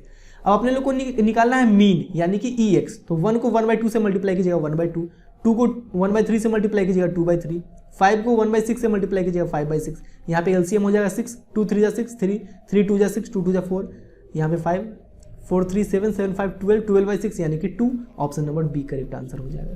क्लियर। क्वेश्चन नंबर 17 में बोला जा रहा है, suppose that 2 cards are drawn at random from a deck of cards, let x be the number of aces obtained, then the value of ex is। Value of ex यानी कि mean निकालना है, तो मीन निकालने के लिए तो probability distribution निकालना पड़ेगा ही। यहाँ पे x जो है ये नंबर ऑफ एसेस को डिनोट कर रहा है। देखिए डेक ऑफ कार्ड्स में टोटल 52 कार्ड्स होता है, अगर उसमें से 2 कार्ड रैंडमली निकाला जाए तो हो सकता है कि दोनों कार्ड में से कोई भी कार्ड एसेस ना हो यानी कि 0 एसेस हो, या हो सकता है कि उसमें से कोई एक कार्ड एसेस हो यानी एक कार्ड एसेस हो सकता है, या हो सकता है कि दोनों का दोनों कार्ड एसेस हो। तो यहाँ पे हम लोग बोल सकते हैं कि x का पॉसिबल वैल्यू क्या है 0 1 2। अब इन सारे रैंडम वेरिएबल्स का हम लोग बारी बारी से प्रोबेबिलिटी निकालेंगे। सबसे पहले निकालते हैं probability of x equal to 0, यानी कि दोनों में से कोई भी कार्ड एसेस ना हो, इस बात की क्या प्रोबेबिलिटी है। यहाँ पे लिख लेंगे probability of no card is ace into probability of no card is ace, यानी कि दोनों में से कोई भी कार्ड एस न होने की क्या प्रोबेबिलिटी है। अच्छा एक बात बताइए, टोटल 52 कार्ड्स है, इसमें से 4 एस कार्ड है एंड 48 नन एस कार्ड है। अब इसमें से 2 कार्ड रैंडमली निकाला जाता है, तो क्या प्रोबेबिलिटी है कि दोनों का दोनों नन एस कार्ड रहा होगा। तो देखिए पहला कार्ड अगर निकालते हैं तो उसके नन एस होने की क्या प्रोबेबिलिटी है, 48/52, ठीक है, इनटू अब इसमें से एक कार्ड निकल चुका है तो टोटल कार्ड कितना है 51। अब एक नन एस कार्ड निकला है, तो टोटल नन एस कार्ड कितना बचा 47। तो यहाँ पे लिख लेंगे 48/52 इंटू 47/51। इस दोनों को मल्टीप्लाई करेंगे तो ये आ जाएगा 2256/2652। इसको 2 से कैंसिल करेंगे तो 1128/1326, ठीक है। अब सेकंड पे आते हैं। अब हम लोग सेकंड में सॉल्व करते हैं probability of x equal to 1, यानी कि दोनों कार्ड में से किसी एक कार्ड पे एस हो, इस बात की क्या प्रोबेबिलिटी है। तो हो सकता है कि पहले वाले कार्ड पे एस हो, दूसरे वाले कार्ड पे एस नहीं हो, या ऐसा भी हो सकता है कि पहले वाले कार्ड पे एस नहीं हो, दूसरे वाले कार्ड पे एस हो, ठीक है। इस दोनों में से कुछ भी हो सकता है। अब देखिए एस होने की क्या प्रोबेबिलिटी है, यहाँ पे 4 एस कार्ड है, 48 नन एस कार्ड है, तो एस होने की क्या प्रोबेबिलिटी है 4/52 इनटू अब देखिए 52 में से एक कार्ड निकाला जा चुका है तो बचा total 51 card, and non ace card तो अभी भी 48 ही है, क्योंकि पहले हम लोग यहाँ पे एस कार्ड निकाले हैं, बाद में नन एस कार्ड निकालेंगे, तो नन एस कार्ड की क्या प्रोबेबिलिटी हो जाएगी 48/51। तो यहाँ पे लिख लेंगे 4/52 इंटू 48/51 प्लस। अब देखिए यहाँ पे पहले नन एस कार्ड निकाला जा रहा है, तो नन एस कार्ड की प्रोबेबिलिटी क्या हो जाएगी 48/52 इनटू अब एक कार्ड निकाला जा चुका है तो टोटल कार्ड बचा 51, एस कार्ड अभी भी 4 है तो 4/51, तो यहाँ पे हो जाएगा 48/52 इंटू 4/51, ठीक है। इस दोनों को मल्टीप्लाई करेंगे तो 192/2652, इस दोनों को मल्टीप्लाई करेंगे 192/2652, दोनों को ऐड करेंगे 384/2652, 2 से कैंसिल करेंगे तो 192/1326, ठीक है। अब यहाँ पे हम लोग करते हैं probability of x equal to 2, यानी कि दोनों कार्ड एस हो, इस बात की क्या प्रोबेबिलिटी है। तो पहले कार्ड के एस होने की क्या प्रोबेबिलिटी है 4/52। अब एक कार्ड इसमें से कम गया तो टोटल कार्ड बटा 51। अब एक एस कार्ड अभी हम लोग निकालें तो फिर से दूसरा कार्ड भी एस ही हो, इस बात की प्रोबेबिलिटी क्या है 3/51। तो यहाँ पे लिख लेंगे 4/52 इंटू 3/51, मल्टीप्लाई करेंगे 12/2652, ये हो जाएगा 6/1326। यहाँ पे हम लोग प्रोबेबिलिटी डिस्ट्रीब्यूशन बना लेंगे। अब यहाँ पे निकालते हैं हम लोग EX यानी कि मीन कैसे निकालेंगे, 0 से इसको मल्टीप्लाई करेंगे 0, 1 से इसको मल्टीप्लाई करेंगे तो 192/1326, 2 से इसको मल्टीप्लाई करेंगे तो 12/1326, एलसीएम हो जाएगा 1326, इस दोनों को ऐड करेंगे 204। अब देखिए इसको कैंसिल अगर करते हैं तो ये आ जाएगा 2/13, ठीक है। तो 2/13 किस ऑप्शन में है, 2/13 है ऑप्शन नंबर डी में, यही अपने लोग का करेक्ट आंसर है। क्लियर।